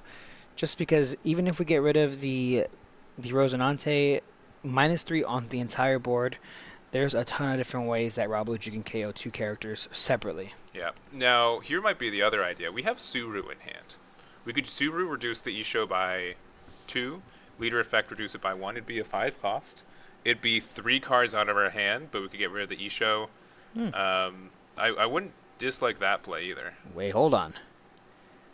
I mean, there's no way, right? There's no way you called it out. I could never. Wow. Not a day in my life if I played Perona. And I think, yeah, another Sabo, so we do get rid of that. It's expensive, but it gets us a lot of tempo. This 8-drop kid's still a menace, and we've got 2 9K bodies, or an 8K and a 9K on board that Rob Lucci has to respect if they don't want to lose next turn. Yeah. Yeah, we are sitting at 3 cards in hand on Seraphim's side here, so not too many, thanks to, of course, that Isho turn a couple turns ago. Yeah, and something I do want to mention, the reason it's so greedy is because we lost a lot of cards in hand, including a 2K. So again, it's tempo. If they can't answer this, we might win the game, but if they can, we likely just lose, because the Isho discarding 2 and everything else that we've lost value for is starting to catch up, I think. Yeah. Yeah, I don't think there's any way here that Eric can remove the Sabo as well as the ACOS kid. Mm-hmm. Especially for the fact that we also need to establish a board for the crackback on the following turn. This is looking pretty rough here for Eric. All right, and we were thinking, we got the full 10 Dawn, and again, like Seraphim being able to just play cards on tempo. I mean, 2 8 cost 2 turns in a row while also putting pressure. That tempo is really insane. Yeah. Did you see how many cards Eric actually has in hand? I thought he was holding up his trash. It's actually his hand. Yeah. So now, I do want to mention, we still have 2-drop Rosie on board too. So if they want to get rid of this 8-drop kid, they have to like legitimately attack into it after getting rid of the blocker too. Yeah. Or some crazy sequence like that. Yeah, that's exactly why I mentioned earlier that having the Isho on board -3 cost through the entire board, it's very possible we could play something like a Tempest Kick and then play a Kaku as well as a Rob Lucci to remove the Rosinante plus the kid. But now the fact that the Isho is off the board, things just got a lot harder. Yeah, and again, if you Rob Lucci to get rid of both at the same time, Rosie does save the 8-drop. Yeah.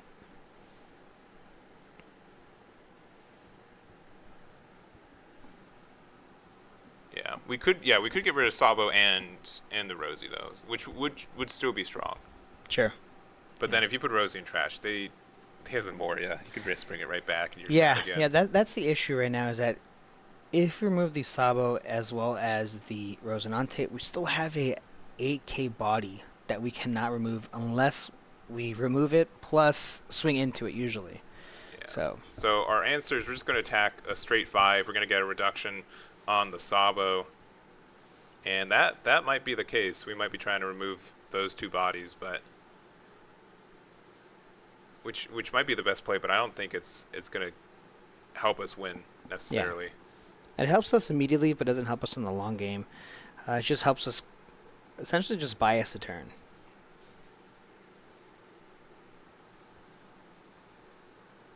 Yeah, it's funny just how like aggressive, like Perona is so good at finishing games, because you pretty much tell your opponent, you better have 2 blockers up, because I can just get rid of one for free with no Dawn investment. I can be very scary, and when I have these 9K bodies out there, that's strong. But it looks like we're going to Tempest Kick, get the reduction on the Sabo as well, so it's currently costing 5. If we have 8 cost Sabo, we could get rid of the Rosie and the other one, the other Sabo. Very, very true.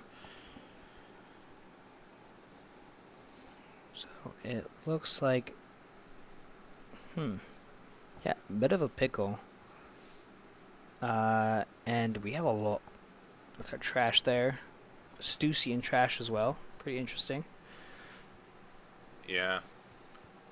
Man, Stussy probably should have just said send a card to trash, right? I don't think... Yeah. Giving it KO, I get it, but I think it was a little bit too balanced. If it could get rid of like 5-cost Sabos or other things and send them to trash would be nice, but KOing is a little steep.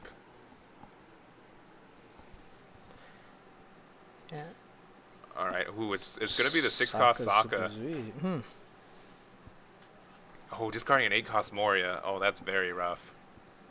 And then a Spandine, which we're going to use to assumedly get maybe like a 4-6 Rob Lucci. Yeah, to remove of course, the Rosinante. Yeah.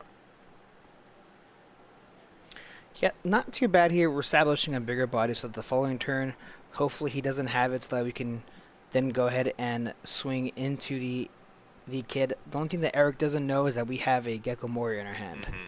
And getting the Rob Lucci to clear Rosie is very nice. So like, for where we're at, I think this is a great play from Eric. I think he did a really good job with the pieces he had.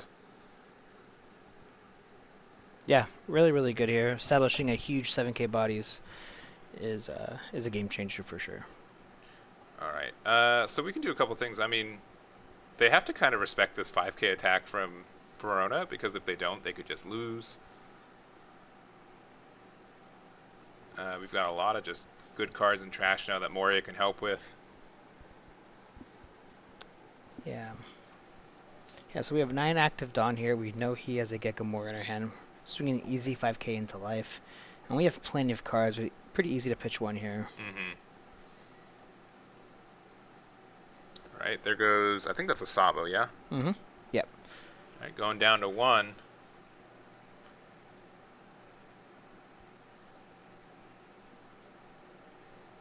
Yeah, I'm not too sure if Eric really is missing any cards. It seems like this might be the stageless version of the deck. We haven't milled a single Enos Lobby at all, so... Yeah. Yep, seeing that 8-cost Gecko Moria coming down, bringing that Rosinante rested since it doesn't really need to be active. Ooh, and now the Ryuma. Nice. That is good. We could have gone one more Dawn underneath leader to, force a 2K, but this is still close to winning game, I think, for Seraphim still. See, this is just a little bit scary. I feel like almost I would have kept Rosinante as, I guess it doesn't matter, as active. But we only have 4 cards in our hand right now. Mm-hmm. Yeah, that is tough. And this is high pressure. If you win this game, you are likely guaranteed an invite, right? Yeah, because you're definitely. going X1 with tiebreakers at the high tables. Top 4 is what gets the invite for this one. So it's definitely a high pressure situation. Yeah, definitely. This definitely is a pretty big deal. As well as I believe the top 2 players get the finalist pack, I believe, which is obviously very nice. Yes.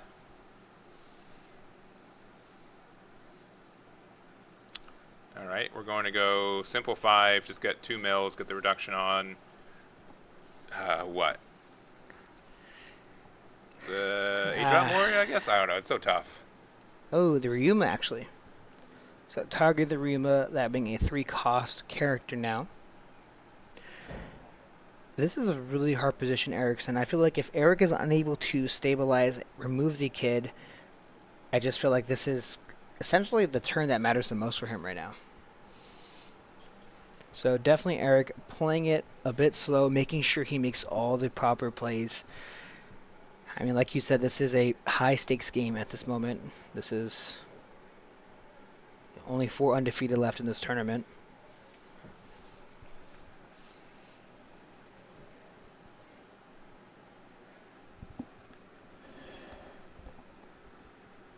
All right, what are we doing? We got, what, still 10 dollars? I mean, we're doing the 8 and 2, right? Yeah, tapping 1 here, most likely for a Tempest.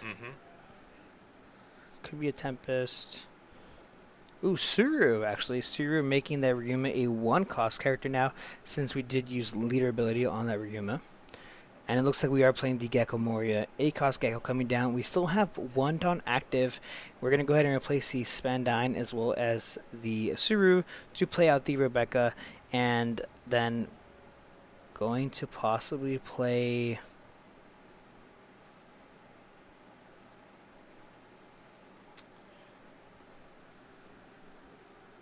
it looks like we're debating here whether we want to bring out another character or not. We don't end up doing so just because we don't have a Suru. Yeah. So, Rebecca ability here, grabbing out that Spandine. Oh, and we're getting the reduction. So what? We can get rid of the Rosie and the Ryuma. Yeah. But the Ryuma will just trade with the Rob Lucci that you play out. Yeah, so we can't actually use the Suru just because it was there already on the board. So it looks like we're not going to. We're just going to go ahead and bottom deck 3 cards here, 3 CP cards for that CP card effect, and then playing out the Rob Lucci to pop both of those characters. Yeah, Rob Lucci will get popped by the Ryuma, and that Rebecca's not even going to be doing anything. Oh yeah, make sure to bottom deck 3 for the Lucci effect, but yeah.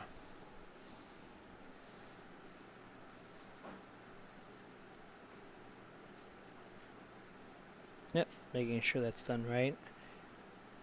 Yeah,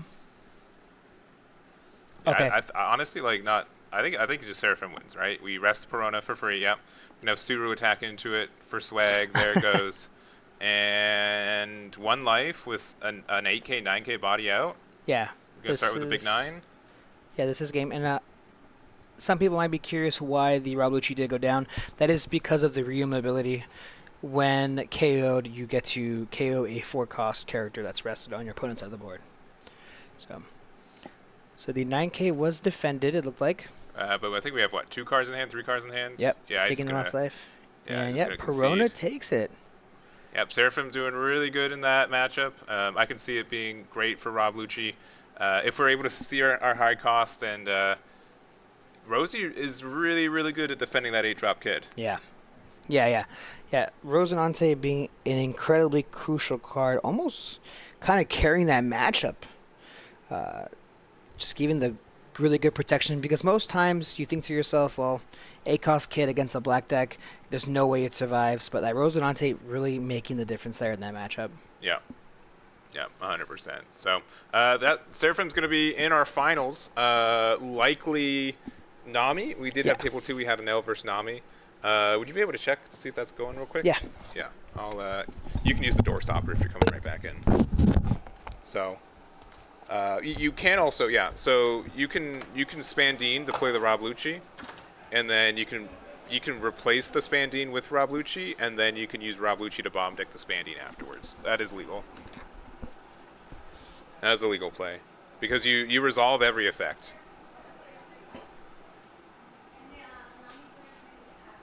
Do you want to just go? Can I ask you if we're just going to go right into it, since we know it's the last one?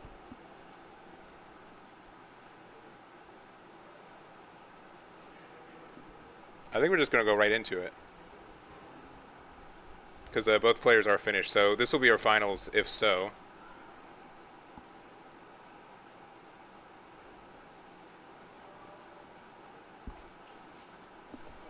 We're going right into it. Sick. All right. Awesome. All right. Let me just update this. What was the Adam? All right. Cool. So we got Adam on Nami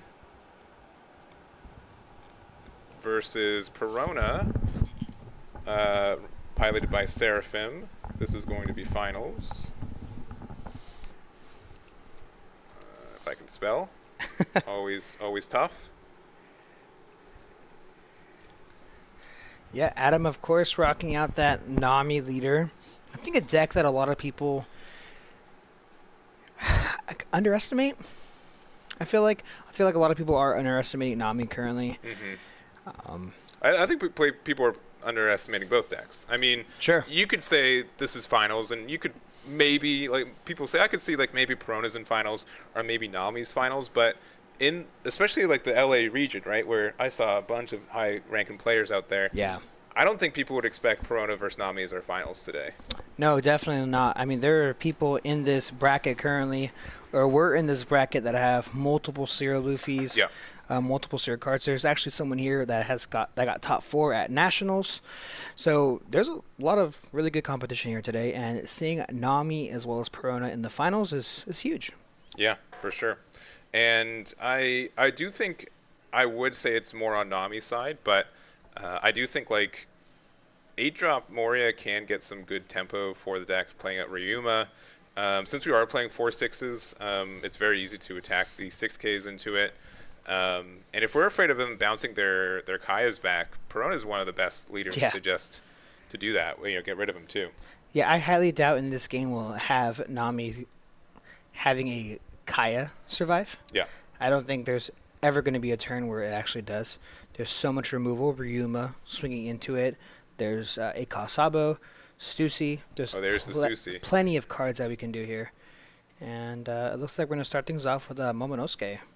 Yep, so we're going to look at the top 5 for a... okay. The Mountain God. Mountain God off the Hiyori would be really nice next turn if we have it. They're going to attack on the Momo. And then, just draw 2 off the Pilaf. Yeah. Yeah, nothing too unusual here. So hopefully we do get to see the Hiyori coming down if we do have it. And we're swinging a big 9K into life, and of course this lets us connect since we don't have any Dawn active. Pretty understood. And yeah, in case you guys don't know Nami, how I envy you. It is a OP03 leader that says if you run out of cards in your deck, instead of losing, you end up winning the game. So it is our only alternate win condition in this game right now on a leader, and so it's more about using your own cards to get less cards out of your deck, and double Kaya into the blocker is a real fast way to start accelerating that. Yeah, this is a fantastic start for Nami, for Adam here, just because even if you rest one of the Kayas, we have the blocker to help protect it, and even if we have the removal, it doesn't really matter. And if we take a look at Seraphim's hand, it's kind of cloggy. We have a Sabo as well as like 3 to 4 8-cost characters in our hand.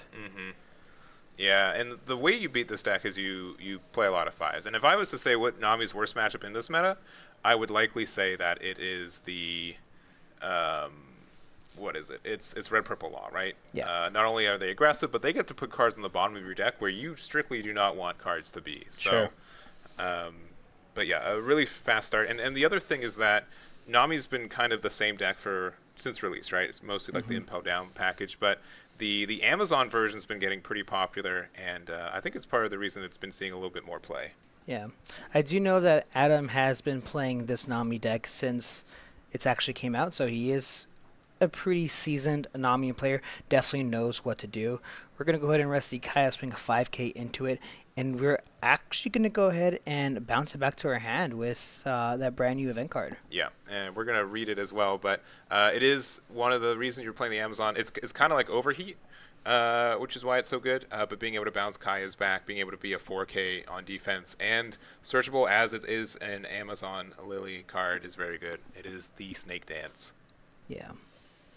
So go ahead and play the Gavel here to give his leader plus 4K, and then pitching milling 2 cards off the top of our deck. Yeah, and we weren't able to put a Ryuma or anything in trash, so we do have the Momo, but it's looking really good for Adam so far.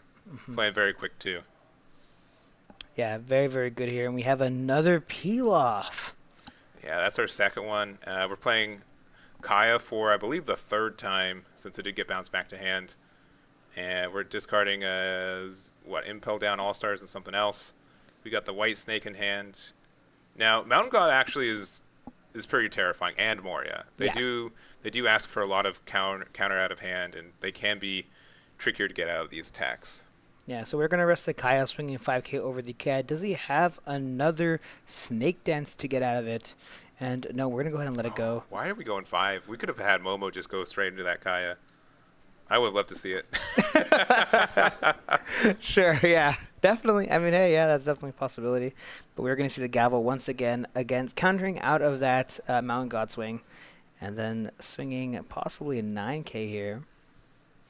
We're going to be searching first. We do have a Ryuma, which is a good body for tempo. Yeah, we have the Ryuma as well as the Izo. We might be playing the Izo here if we have enough Dawn to rest the Kaya to possibly swing over it, but Yeah, we have a 2K plus another card. Oh, okay, we're getting rid of it. All right, Stussy hits the board, so there's no more Kaias to bounce back, but there's just been so much self-mill already from Adam that it might just be enough as is. Yeah, I actually really like that play a lot. You know, KOing your own character is, you know, in the idea is pretty bad, but dropping a 9K body is really good. I mean, drawing all 4 Kaias is also really, really good, let me tell you. Yeah, Adam definitely looking very seasoned at this point right now. Yeah. As you said, he's been playing this deck since, what, Conception? Yep. Yeah. Yeah. And currently sitting with 6 Dawn active. Yeah. That's a lot of 2 costs. So we're going to go ahead and rest the blocker here. And we have Ryuma in hand, so we can just get the pop on it, I think, real quick. Yeah, yep. just to get that tempo, because the 6K body is really nice. And Stussy is a pretty big body. We're going to go 9 first, though, with the Yama. All right. White Snake to make us a 6K leader, and then bounce it back to hand. Hate to see it. Yeah. So it looks like we are going to swing an easy 6K into life. White Snake is such a big buff for the Nami deck here. How about 2 White Snakes? Man. So currently a 7K leader right now. This 9K swing will most likely connect here. I mean, it's a 9 and a 7. Yeah. Yeah. 2. Okay, yeah. 11K swing, and then it looks like we might pass this turn. Yeah, pass the turn here. Yeah. So Nami's at what? 3 life? 2 life? 2 life. 2 life. So I think Seraphim's done a really good job of making a really tall board, because that's what Nami has issue with too. It's either you make a lot of attacks or you make some really tall ones, and he kind of did both. Yeah, I feel like we just probably play the Kaya here. We have the Kaya in our hand, and yet playing the Kaya. If we have it, why not use it? Drawing into another Kaya. That's our 4th Kaya. And it's like our 6th time resolving the card since we've snake danced it twice. Okay, looks like we're gonna go ahead and pitch 2 rubber bands here, and we might just go ahead and pass. Yeah, how many cards I would love to know how many cards are left in deck. Doesn't look like too many. No. But we only have like 4 cards left in hand, or maybe 5 or 6. Yeah, good amount of cards in our hand. It looks like we do have quite a few 4K counter event cards in our hand as well. We do also have a White Snake, so this is a 9K swing going into life. We see the White Snake. Another White Snake, yeah. Yeah. And then probably just a 4K counter event card, which is that Gavel, of course. Milling to the top 2. We don't have that many cards in the deck currently. Yeah. And 5 Dawn active. We've got some pretty big swings, though. We do, but I think that White Snake is a problem. I would tend to agree. Yeah, because now every 4K counter over a 9 is huge. Yeah, and you can see Seraphim just double guessing, like, what are we going to do? All right, 2K out. All right, 6K. All right. Get out of it with that. 4 cards left in deck. 4 cards in hand, or left in deck. Left in deck, yeah. Now we systematically can't win this turn because they have 2 life. I'm terrified. Yeah, I think Seraphim is going to be just a little bit short. Adam's going to take probably this damage right here. I mean, this top life could be a peel-off for all we know. Yeah. So he's going to go ahead and take it. Desert Spot. Oh, my goodness. Yeah. At this point, like... Yeah, no. Next turn, 10 on Nami. Nami effect, go for game. I mean, we have to swing 10K here. Yeah. Oh, yeah. That's just game on the other side. Yep. And Adam is our winner with the Nami. Congratulations to Adam for winning this. I mean, Nami. Yeah, Nami. This is not an insult, but I heard one person clapping. Yeah, I also heard the one of clap, but they were very loud. They were very loud. Cheering for their boy Adam winning this match. And Adam winning a Katakuri. Mm-hmm. And an invite to their choice of whatever card fest. Sure. Likely Texas with us being in California, but very, very good. And unless tiebreakers are just awful. Seraphim, I think, getting a top 4 finish as well. Definitely. Seraphim definitely got their invite today, so congrats to him. And also congrats for the fact of making it so far with Perona, a deck that a lot of people wrote off. I feel like a lot of people are kind of riding with Nami a bit more than probably Perona, just because there's quote-unquote better black decks, better green decks, and Nami being, kind of a one-of-a-kind. Yeah, and I think, honestly, like, every time we've had a format that might be a little bit slow, people are like, "Oh, this is Nami's time. This is its time." And I've been noticing, like, I would moderately say Nami is like a consistent tier 2 deck. I think it's been bumped up to 1.5, if not a little bit taller. So definitely, it's definitely a deck that you need to know how to play against. It's really particular, and the fact that it has a new engine that it's been using, I think, is impactful for it as well.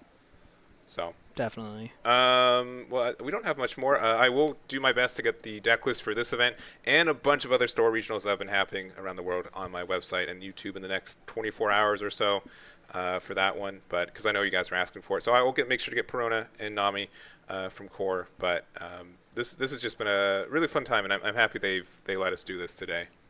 Yeah, really great turnout. Like I mentioned before, a ton of really, really good players here at CoreTCG, of course, in Pasadena. So you'll love to see it. A full maxed out 64 players as well. Yes, 100%. So I think that's really it. I do appreciate Sos doing this with me and conceding your first round to be here, right? Yeah. I had the game. I had Eric on the ropes, and I told him, you know what, Eric, just take it, man. I'd rather be with the people commentating this finals. Yeah. 100%. Yeah. Well, I do appreciate it. And also, if you guys want some more tournament action, next Sunday I am doing a case tournament as well, which you guys can check out. We still have spots open if you guys want. It's webcam OP07. You can check it out. Link in the description there. I'll put it on the YouTube side too. But it should be a good time. We'll be live streaming it. We'll have the top decks from there, so should be a good time. And what else? I think that's really it. So I appreciate you guys hanging out with us on this Sunday. I hope you guys had a good week, a good 4th of July time, and I think that's going to be it from us. So is anyone else doing some One Piece streaming today? Yeah, thank you guys so much for hearing me speak today. Very awesome to be here. Such a competitive event. Yeah, I really do appreciate it. You did get off the lottery, and I'm like, man, all right, no, that's fine. I'll hold down the fort. I'll be fine. But I appreciate having the +1 for today too. So sometimes you just gotta throw on one. Sometimes, Yeah, you do. Sometimes it's so hard to do, but but it's how it is. But yeah, it looks like Sir Dundo is doing some red purple Uta test, and that's pretty spicy. So we're gonna send you guys that way. Again, everything's gonna be on my website and YouTube in the next 24. And that's going to be it for us. So thank you guys very much. I hope you have a good weekend, and we'll see you next week. Bye-bye.